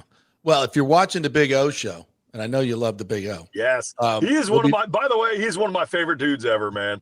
Well, you got to come on the show. That you guys absolutely love that you guys are doing that. And man, he is one of the best. Well, he says it's all for Carson. It's all about organizing that strike zone. Not recognizing what to swing at and what not to swing at. And that's something you can improve with reps, and good hitting coaches will help you, and they can do a lot of different things. So having the raw tools is the most important thing. Now it's just a matter of teaching and getting it all organized, learning the pitchers, working on your craft. And if he's willing to work on it, and my sense is he's one of those guys that really wants to be great, then he's got a shot to do that. So last question about the young guys. Ian Seymour, I thought, was another tremendous surprise. And I just love his game, and I think it can play. Even though he's not overpowering, he seems to be a pretty smart dude, and he seems to know what he does well and stick with it. What are your thoughts on him? Yeah, I think he's an A+ makeup guy. I think he's a bulldog on the mound. The fact that he throws 90 to 92, he's not scared of anybody and goes right at you. And I absolutely love that mentality. I can see, the mental side's already there for him, which a lot of guys, it's the opposite. They got the tools, but they can't put together, the way to attack hitters and throwing big pitches and big counts. Like for Seymour, he's already got that side of it. Now, does his stuff play at the major league level? And for me, it does, right? And he's not going to overpower you, but he can fit into a role somewhere in that rotation. He's not going to be your number one, but he's a strike thrower who can eat up innings, and he can neutralize right-handers and left-handers based on that changeup and his breaking ball. And so the way he sets up hitters, I like him in the rotation. I really like him in the 4 or 5 slot in that rotation, just based off of, what we saw this past year. Now, again, he's not going to go out there and probably get you 7, 8 innings. He's not that type of pitcher, but he can definitely fill a role for you. And for the Rays, who didn't start the year with a left-hander in the rotation, I think it's probably a good thing, depending on free agency, what they want to do, and all the stuff going on with the franchise and, everything that they have on their plate. I don't know if they're going to identify a left-handed starter, and I don't know if they have one in AAA that they can go to right off the bat that they would trust. So I think Ian Seymour, for me, going into spring training, he should be in the rotation. I really liked what I saw. And again, starts with makeup with that kid, but he does have good enough stuff to be in the major league rotation for me. All right, last question as we move forward. The new ownership group is coming in. We've heard from them early on. We've got some information that, that they want to keep. Well, Neander's staying on, and that's great. Baseball ops. And he, even in his press conference, even though he didn't want to speak for the new group, I could tell just in the body language alone, this guy is excited about what's about to happen. And I, from what I've heard from this group, they want to increase the payroll. It's not going to be dramatic, but if they want to get to average payroll by the time they get to the new stadium, and then maybe even more, depending on how the public supports. We got to do our job as well to support this new group, and that means at Tropicana Field for the next 3 or 4 years, and then as we move into hopefully this new stadium in Tampa. That said, how close is this team, and what do they need to add in the offseason? I think, to me, it starts with a power hitting outfielder. Kyle Tucker would be nice. And nice for the community. I don't know if anybody'd say no to that. That's a big left-handed bat that, yes, they have the ability. I know where you're going with it, and I agree. Like, look, I would love – there's a couple names already on the market, right? And we don't know who's going to opt out yet. We don't know. There's a lot of things that still have to shake out in the free agent market. The 2 Tampa names. My gosh, you got Pete Alonso, Kyle Tucker. You got these 2 guys that are right out there, and you're like, man, I would love to see those bats in our lineup. That'd be huge, right? You insert some power, You protect Junior Caminero in the lineup. You just, there's so much to do with it. But that being said, I mean, look, I think everybody's excited for what's coming with the Rays, for what we've heard about the new ownership group. They're all saying the right things. And as you know, obviously I'm biased toward this franchise, right? Mm-hmm. Grew up in St. Pete, pitch for them, doing broadcasts for them. Like, this is a big part of my life, and we just love the team. And so it's exciting to hear a group coming in that is saying all the right stuff, right? And for the fan base, I think there's a lot of excitement all around.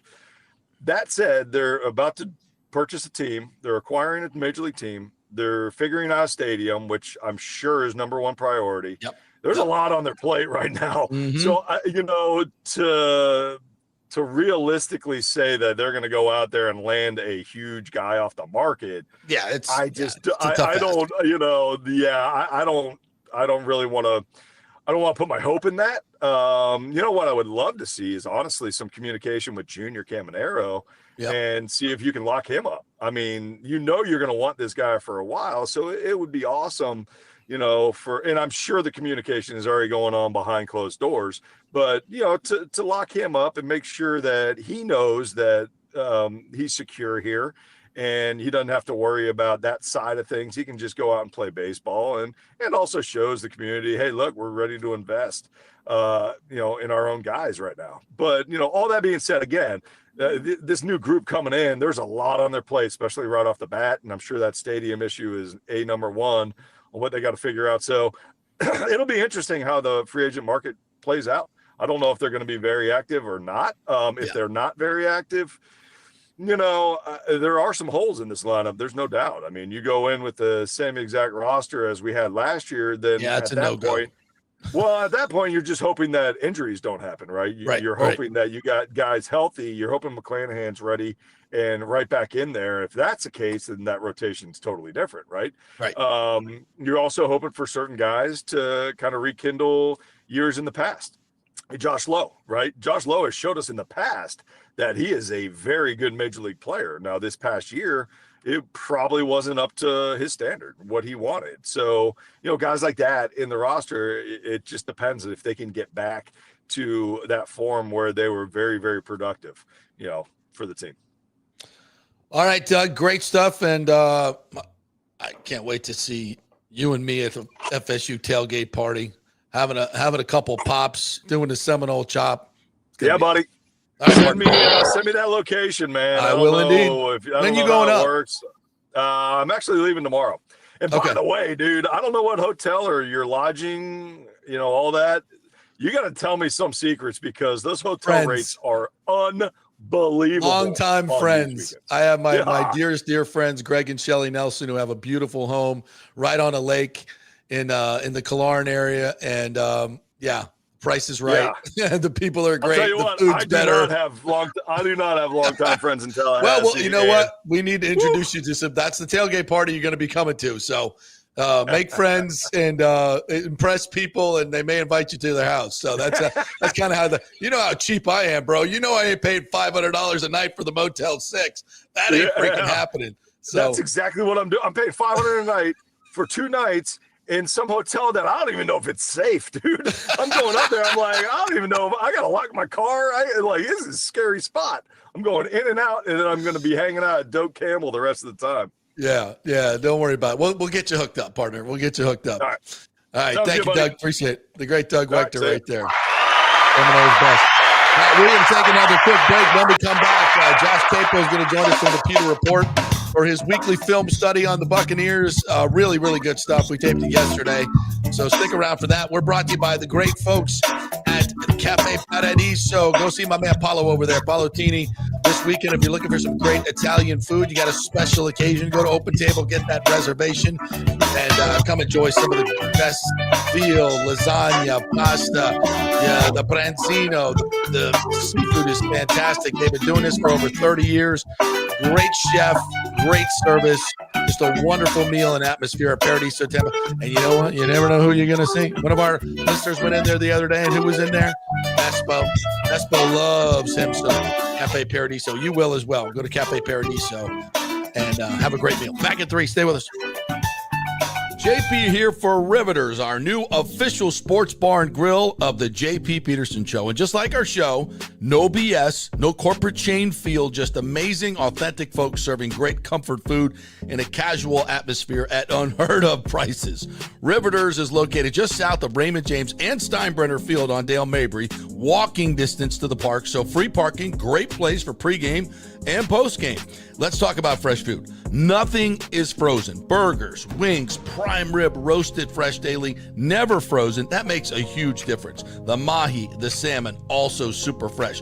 All our sauces are original recipes made in-house. Our Warhawk chili and fully loaded potato soup is made fresh in-house.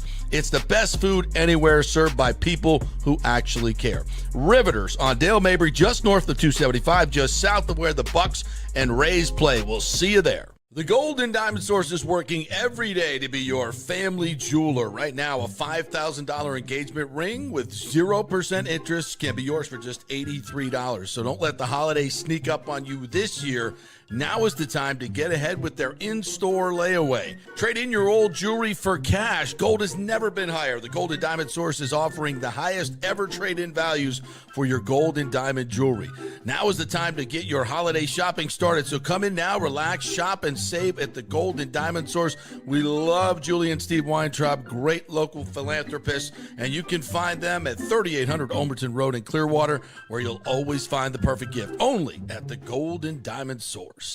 Welcome to Kingmakers, home of the JP Peterson Show studio and Tampa's premier business networking and social club for members only. By day, it's an exclusive, vibrant co-working space with a stylish conference room, focus rooms, a full production studio, and an in-house marketing team. And by night, Kingmakers transforms into a sports-centric social hub with a full sports bar, golf simulator, and exclusive events. For young entrepreneurs and seasoned professionals, it's the perfect place to work hard, play hard, and make big moves in Midtown Tampa. Close the deal, celebrate the win. Only at Kingmakers.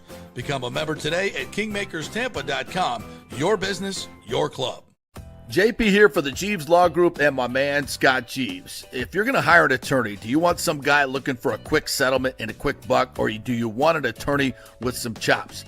Scott is a board-certified civil trial lawyer and a certified circuit court mediator. Been practicing in the Tampa Bay area for over 30 years. He is a peer-reviewed AV preeminent rated civil trial lawyer. They just don't hand out those classifications. He's been the lead class action counsel on many complex consumer protection cases and has handled hundreds of serious personal injury cases. He's dedicated his career to protecting injured victims and is committed to vigorously representing you. We're local, we're trusted, and we get results. Personal injury and personal attention. Call for a free case evaluation. That's 888-9-JEEVES. That's 888-9-JEEVES. The Jeeves Law Group. With this record heat in Tampa Bay, you better have your AC unit running at peak efficiency. Third Generation Plumbing installs the best American standard AC units. Our split systems offer the highest efficiency available while reducing energy bills and maximizing comfort. That's why Third Generation Plumbing trusts American standard air conditioning, built to last, made to perform. Whether it's a new install or an emergency repair, our family-owned team brings 3 generations of trusted service to your home, now with the unmatched reliability of American Standard. Plumbing or cooling, we've got Tampa covered. Call Third Generation Plumbing today, 813-961-8024, or go to thirdgenerationplumbing.com. And we also do AC. Let's go. Right now, back to the show on FanStream Sports. Welcome back to the JP Peterson Show.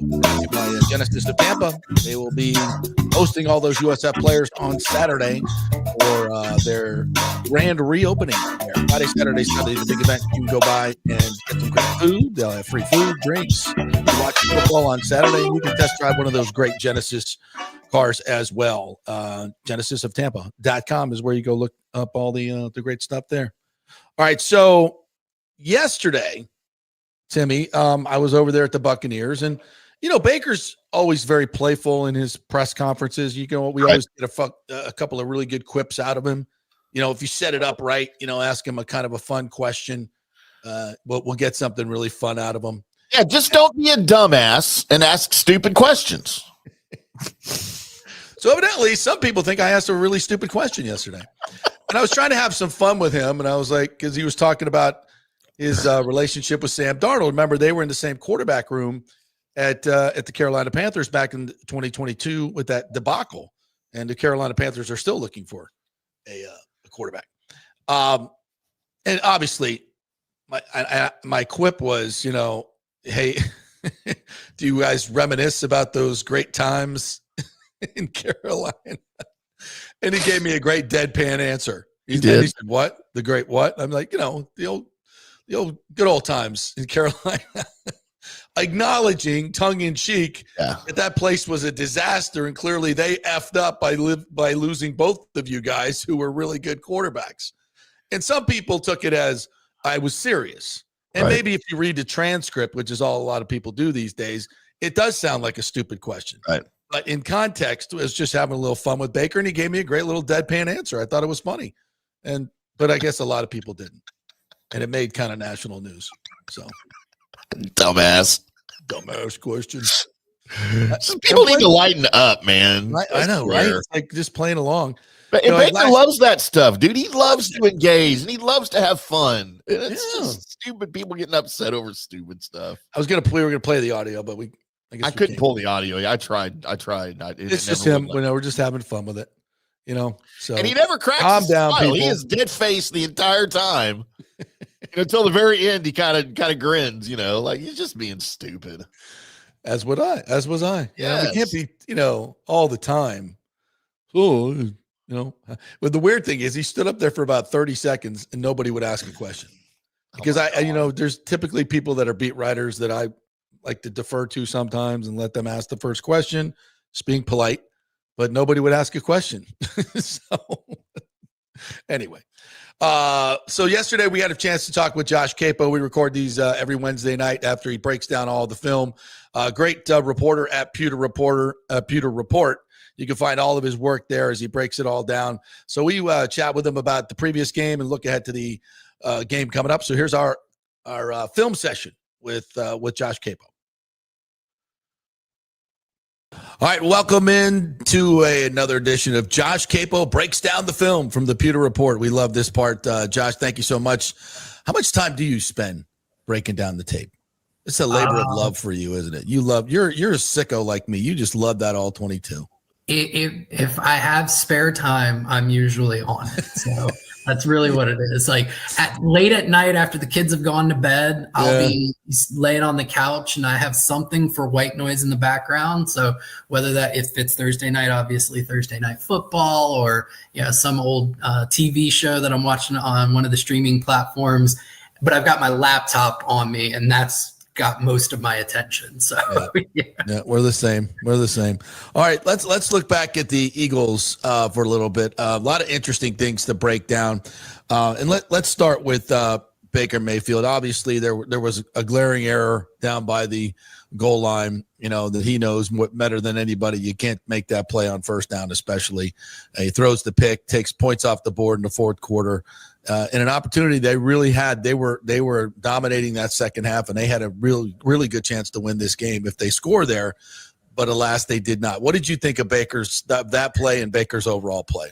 Yeah, with that play in particular, it's a crying shame because if Charlie Heck doesn't lose immediately, it's a touchdown.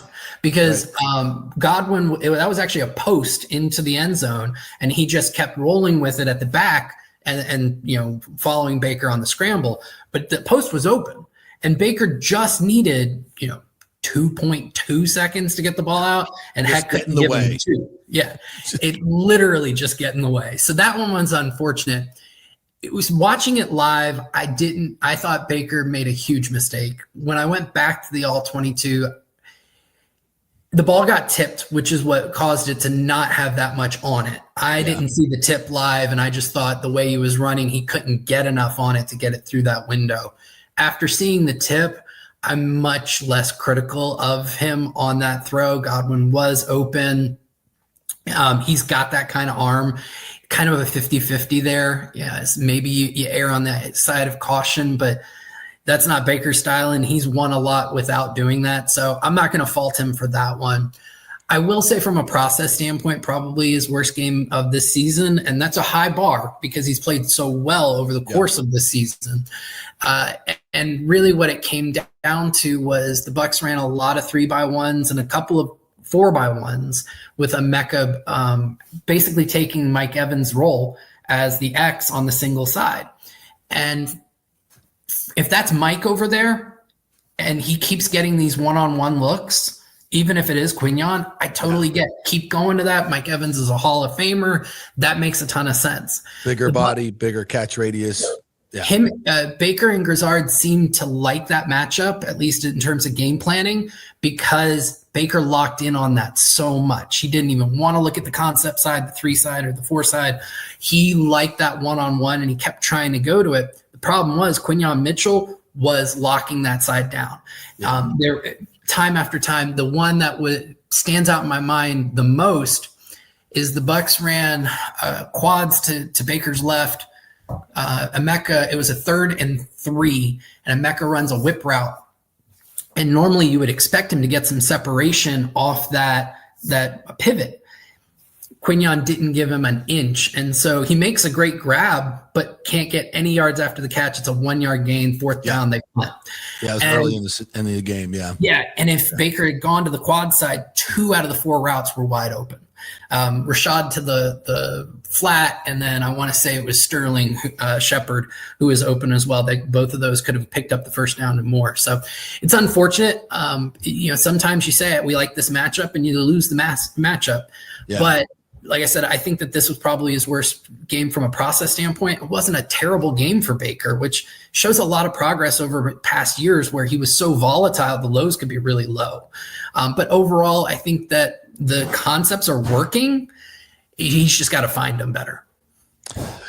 Baker did say initially in the press conference, said the ball slipped and then it got tipped. And then I think he heard him say it slipped. And he's like, I shouldn't even be saying that but it did. And I think that happens, especially on a hot day like that. It's very difficult to grip the ball. And when you don't have a good grip and a tight window throw, you're going to have issues and the ball gets tipped. And anyway, but a bad decision anyway. And that on first down, you don't need to make that tight window throw in the red zone. He knows that. We know that. Yep. But that's part of just Baker, and you take the good with the bad. And to the Ibuka thing, I asked Rebecca about that today. About, did you learn a little something in terms of the physicality in the NFL? And, the Eagles clearly were going to hold and grab and be physical until the refs told them they couldn't. And the refs never did. And you were mentioning in the pre-show that they scouted this crew, and this crew does not call that they let them play. They let them play. Yeah, and it's good scouting by their scouting department, a good game plan put together by the offensive staff. And I think you saw the Bucs doing something similar, not nearly as egregious, but the Bucs were playing very tight. They were playing very physical. Second half, their figured it out. The Bucs secondary was phenomenal in this game. Yeah. And so that's just good scouting. And the Eagles took it to the nth degree. It seemed like they had a game plan of, we're going to keep bullying until somebody tells us we have to stop through the throw of a flag. And if you're not going to get that, then why stop? Because it's going to make life harder on the opposition. Ibuka and Godwin were targeted combined 20 times. They had a 35% catch rate. They only hauled in 7 of those passes. Yeah, some of them were just uncharacteristic drops for the 2 of them, but a lot of it was really, really mugged up coverage by the Eagles. And a couple of them, I'd say at least 4 of them, they got there early, half a count early, took the arms away. And, you would want that call, but, kudos to the Eagles for scouting that out and starting the game that way. And I think when you look at this game, it was obviously a tale of 2 halves. The Eagles rolled up 200 yards of offense in the first half, kind of did what they wanted to do. In the second half, they were shut down, whether they dialed it back or whether it was just great Bucs defense. But 4 possessions of 0 yards or less, 6 possessions of 8 yards or less, and if you count the safety at the end, they have negative yardage in the second half. I mean, the Bucs defense, they put on a clinic. I don't think the Eagles let the foot off the gas. I think that's a misnomer there. Plenty of those drives, they came out throwing the ball. The Bucs just made some really great adjustments. Two specific ones. First half, they blitzed a lot, which is typically how you beat Jalen Hurts, especially a Todd Bowles defense. He was fantastic against the blitz. He had the answers this time. You tip your cap to somebody who finally figured out how to overcome their kryptonite. Credit to Todd Bowles. Second half, Hurts threw the ball 8 times. 7 of those were 4-man rushes. Yeah. So dialed the blitz way back, went into more of a coverage mode. Vea picked up 2 sacks. They were both coverage sacks because the coverage was so great with the extra assets out in the field. So that was something that was really present, is Bowles' adjustment to create that second half. And then it was just guys just learning stuff. The Eagles tried a option zone read twice with Jalen Hurts. The first time he got off, I want to say a 9-yard gain, just faked the handoff to Saquon, kept the ball, had an easy alley. Next drive, they tried it on 2nd and 10, and Tyke triggered so hard it was a 2-yard gain. That's good defense. That's the coordinator, or in this case, the head coach, Todd Bowles, making the right adjustments, and then the players clocking things and reacting accordingly later on in the game. Would you say that maybe the Bucs were too slow to adjust in the first half? There weren't that many possessions. Yeah. You got to give your game plan a chance to work. And in other words, did it take too long for Bowles to figure out, you know what? Jalen's finally figured out our blitz package, and he's getting it out to Saquon, and he's getting the ball out quick, and they're beating us to the punch. Not really, because most of their best gains were him just breaking containment. Yeah. Right. So, I mean, there was the 28-yard scramble, the 20-yarder. Was another loop that sent. Yep. Oh man, that was so close. So they ran a stunt and twist with Reddick and Vea. Reddick does this awesome job. He comes into the lane, and Philly was ready for it, and Saquon was right there, and he spun off of Saquon's punch, and he was right there on Hurts. And the only unfortunate part of that is if Vea had just held the edge, Reddick would have brought him down. Yeah. But Vea started to push the pocket from the outside and gave Hurts the lane to leak out the back, or else that would have been a sack. But I mean, the Eagles only had 3 plays of 20 yards or more. One was that 28-yarder. Mm-hmm. One was the 20-yarder to Devonta Smith, which was, again, him creating outside the pocket. It was late. It was a second reaction play.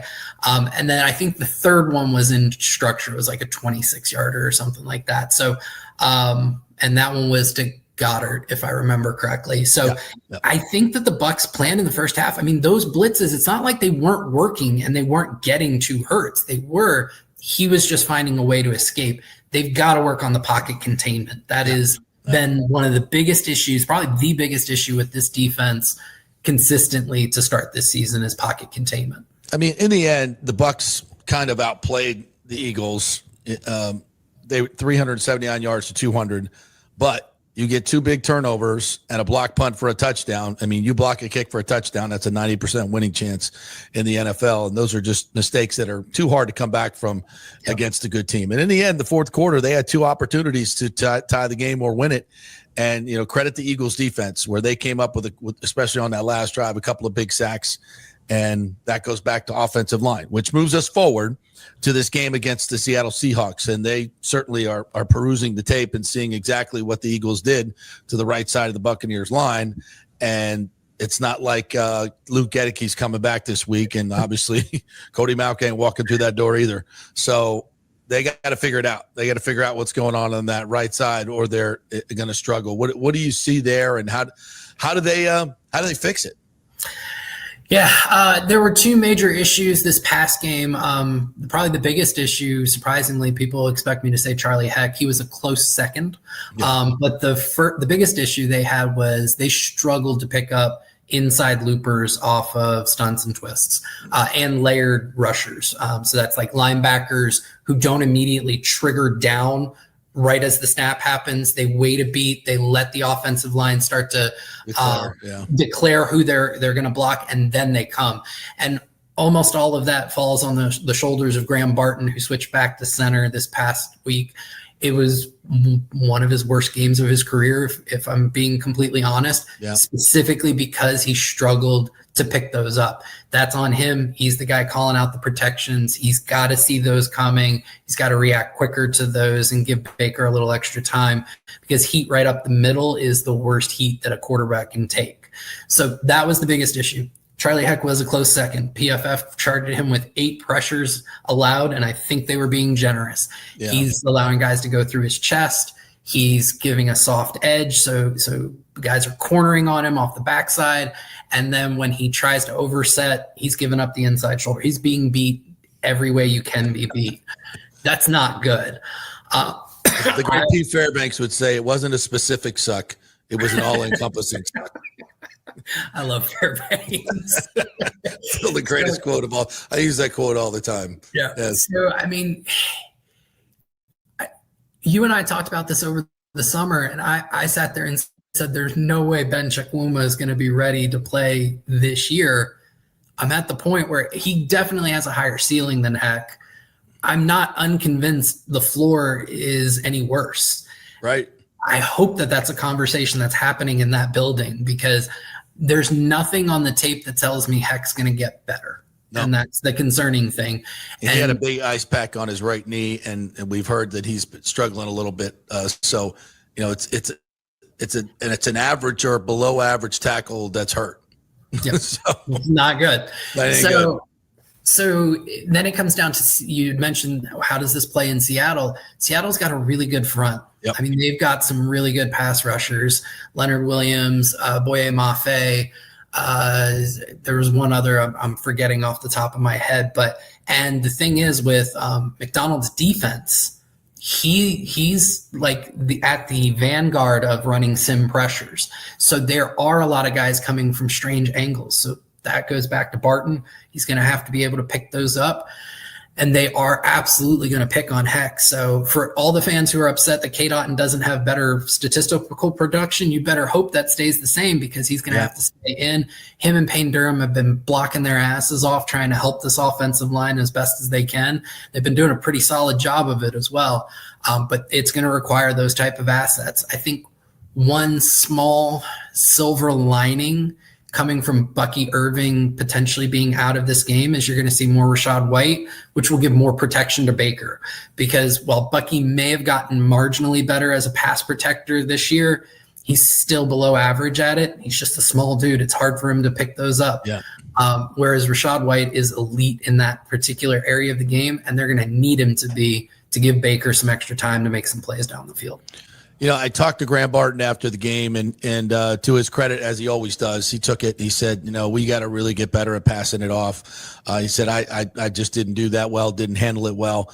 And to be honest, when you're working with a different guy every week, and that was the first time they'd worked together with Haggard and Heck, and it was his first time back to center after playing left tackle. Nobody in this league is playing left tackle and moving back to center. Nobody. It's extremely difficult to do. And we got to remember, this is only his second year playing center. So he's not going to make any excuses. He knows he needs to get better, but it also, you know, that is also it's not a physical thing as much as it is a chemistry thing. You know, it's learning how to play together when you're passing those off. And, you know, and it's also easier when the other two guys are better players, when their original thump is more, you know, forceful. It throws the defense off, but these guys were just running wild, and it's the silver lining there is there's nothing physical with Graham Barton. He got moved back a couple times against some elite defensive tackles. That's going to happen. You're going to lose a couple reps that way, but they were slow losses. He rarely got walked, and so all of the things that he struggled with are mental and therefore correctable. Which is the silver lining there. Still has an incredibly high ceiling as he continues to learn that position. Yeah. Josh Queipo from the Pewter Report joining us here as we're breaking it all down, looking ahead to the game against the Seahawks, which, by the way, will be at its regular time, appointed time, 4:00. Bucky was on crutches today or on Wednesday and had a boot on. So I don't think he plays this week. They want to keep him in play. But to your point, you know, going out there on the turf, airplane ride, they'd probably do much better just to keep him here. and they got a lot of confidence in Rachaad White. They got a lot of confidence in Josh Williams. They talked about him today, and of course, Sean Tucker. Sean Tucker is, he's phenomenal. So they'll be fine there. I'm more worried about the offensive line against that Seattle defensive front, and frankly, I think this is going to be another low-scoring game. And I think the Bucs, if they can clean up their special teams, let Chase hit, 5 to 6, 50-yard to 65-yard kicks. That's fine. Let him do his thing. They can get by with a win. But this defense is going to have to play a lot like they did in the second half. And I think they can. I think Seattle's offense is okay. I don't think Darnold, we saw late in the season last year, Darnold was not great against great competition. So I think there's an opportunity for this defense to be really, really good. You got to stop Kenneth Walker, stop the run. The Bucs have been good at that. So I think if they're going to win this game, it's going to be a close game, but you got to minimize turnovers, no block kicks, obviously. But I think they can win it. They're underdogs, 3.5-point underdogs, but I think they can win this game. Yeah, they've got a puncher's chance. The Seattle offense has looked really good this year. They're one of the tops in explosive plays. What's really interesting is how these two teams match up on that side of the ball, because we don't know if Jamel Dean's going to be available for this game. We don't know if Ben Morrison's going to be available for this game. Both of them took soft tissue-ish injuries, and both of them are getting MRIs. And I haven't checked in the last couple of hours, but as of like 3 o'clock today, we hadn't heard anything about their availability. And I think Todd Bowles had mentioned, what was it, yesterday or today, if there had been they did a walkthrough because more guys couldn't practice than could practice. Right, so exactly. If those two can't go, now you're looking at, I think probably the best option for the Bucs is Jacob Parrish goes to outside corner, at least in base. Maybe he switches back to the nickel in when they go to nickel defense. Well, Seattle runs 12 personnel at the highest rate in the NFL. So that means it's kind of playing to the betterment of the Bucs, considering their injuries. They won't have to be in nickel quite as much. Parrish can just play on the outside. Yeah. And so that's a really interesting wrinkle right there. And they're going to have to beat the play action, which is what Seattle's been doing really well with. And Jackson Smith-Njigba has turned into one of the best receivers in the NFL. So they're going to have to shut him down. But Zion and Parrish are probably qualified to do that. So that'll be a really interesting thing. And then Seattle does love to run the ball, and the Bucs love to stop the run. So you are talking about the old adage of what happens when an unstoppable force meets an immovable object. We're going to see that. Yeah. You mentioned the turnovers, and that's the one that I'll come back to. The special teams is really important, but also Baker Mayfield is I think he leads the league in turnover worthy plays. He's had a ton of luck on that through the first 4 games. Seattle secondary, they're ball hawks. You got Devon Witherspoon and you got Reek Woolen. Those two guys can catch, and they will make you pay if you make a bad decision. So Baker's going to have to be on his P's and Q's, because that could be the difference in the game. Health is going to be a big part of this. I think if the Bucs corners are healthy, I think they got a good shot to win this game. The Seattle, by the way, comes in 3-1. They lost to San Francisco week 1, 17-13.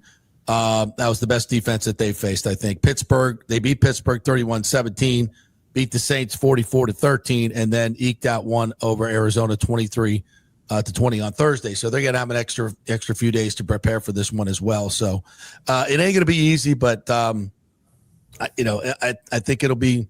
It really depends on the Bucs' health to me. How many of these guys can they get healthy, especially on the defensive side, and play a slobber knocker and get out of there with a 17-13 win? I'll take that all day long. What are you predicting?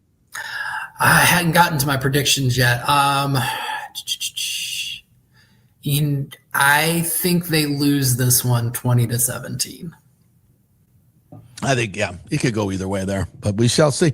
And just in general, as I said on my show today, listen, Bucs fans, the sky is not falling.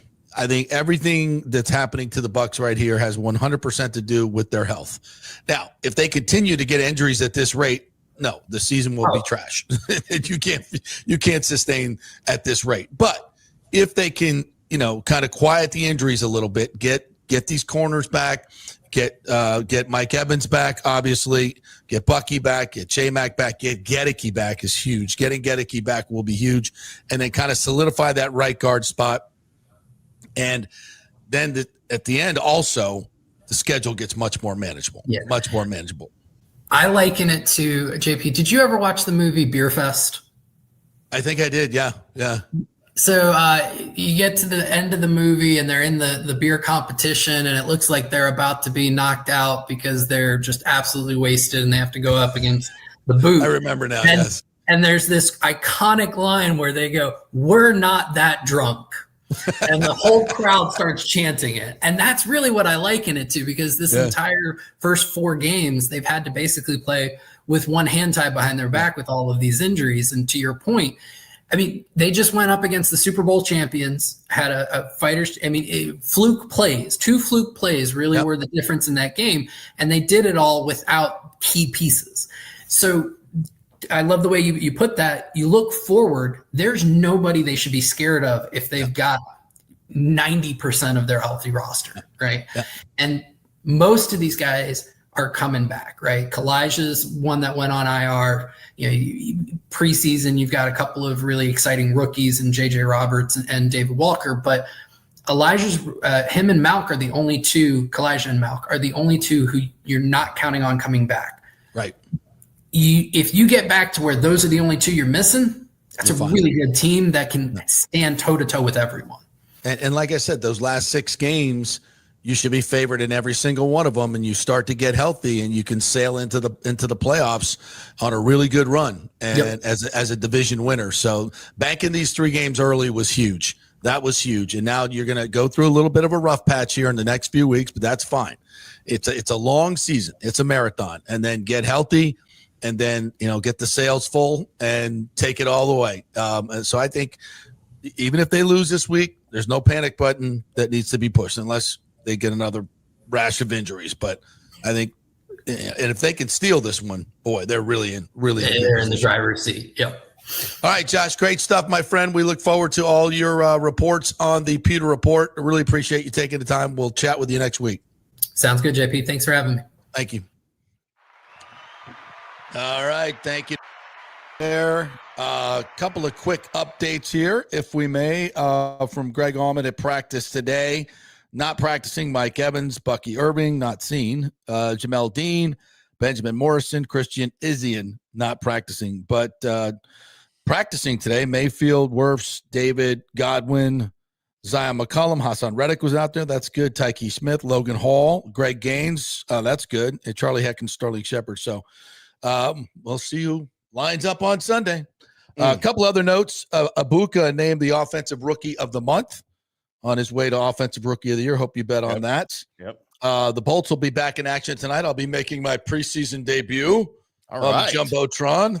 Amalie Arena, JP. Amalie Arena. Benchmark International Arena. Don't call it the bench. Don't call it the mark. Nope. And we got 3 do-or-die games in baseball today. And Yankees, Red Sox is one of them. So we'll see if Aaron Boone wakes up and puts the lefties in the lineup. We shall see. Going to be fun. All right. Anything else you'd like to add, my friend? Go baseball playoffs. All right. It is baseball playoffs time, JP. That is all I care about right now. Timmy's getting drunk today and watching baseball. Right here in the studio. All right. Have a great day, everybody. We will be back tomorrow with more fun and frivolity. We will see you then.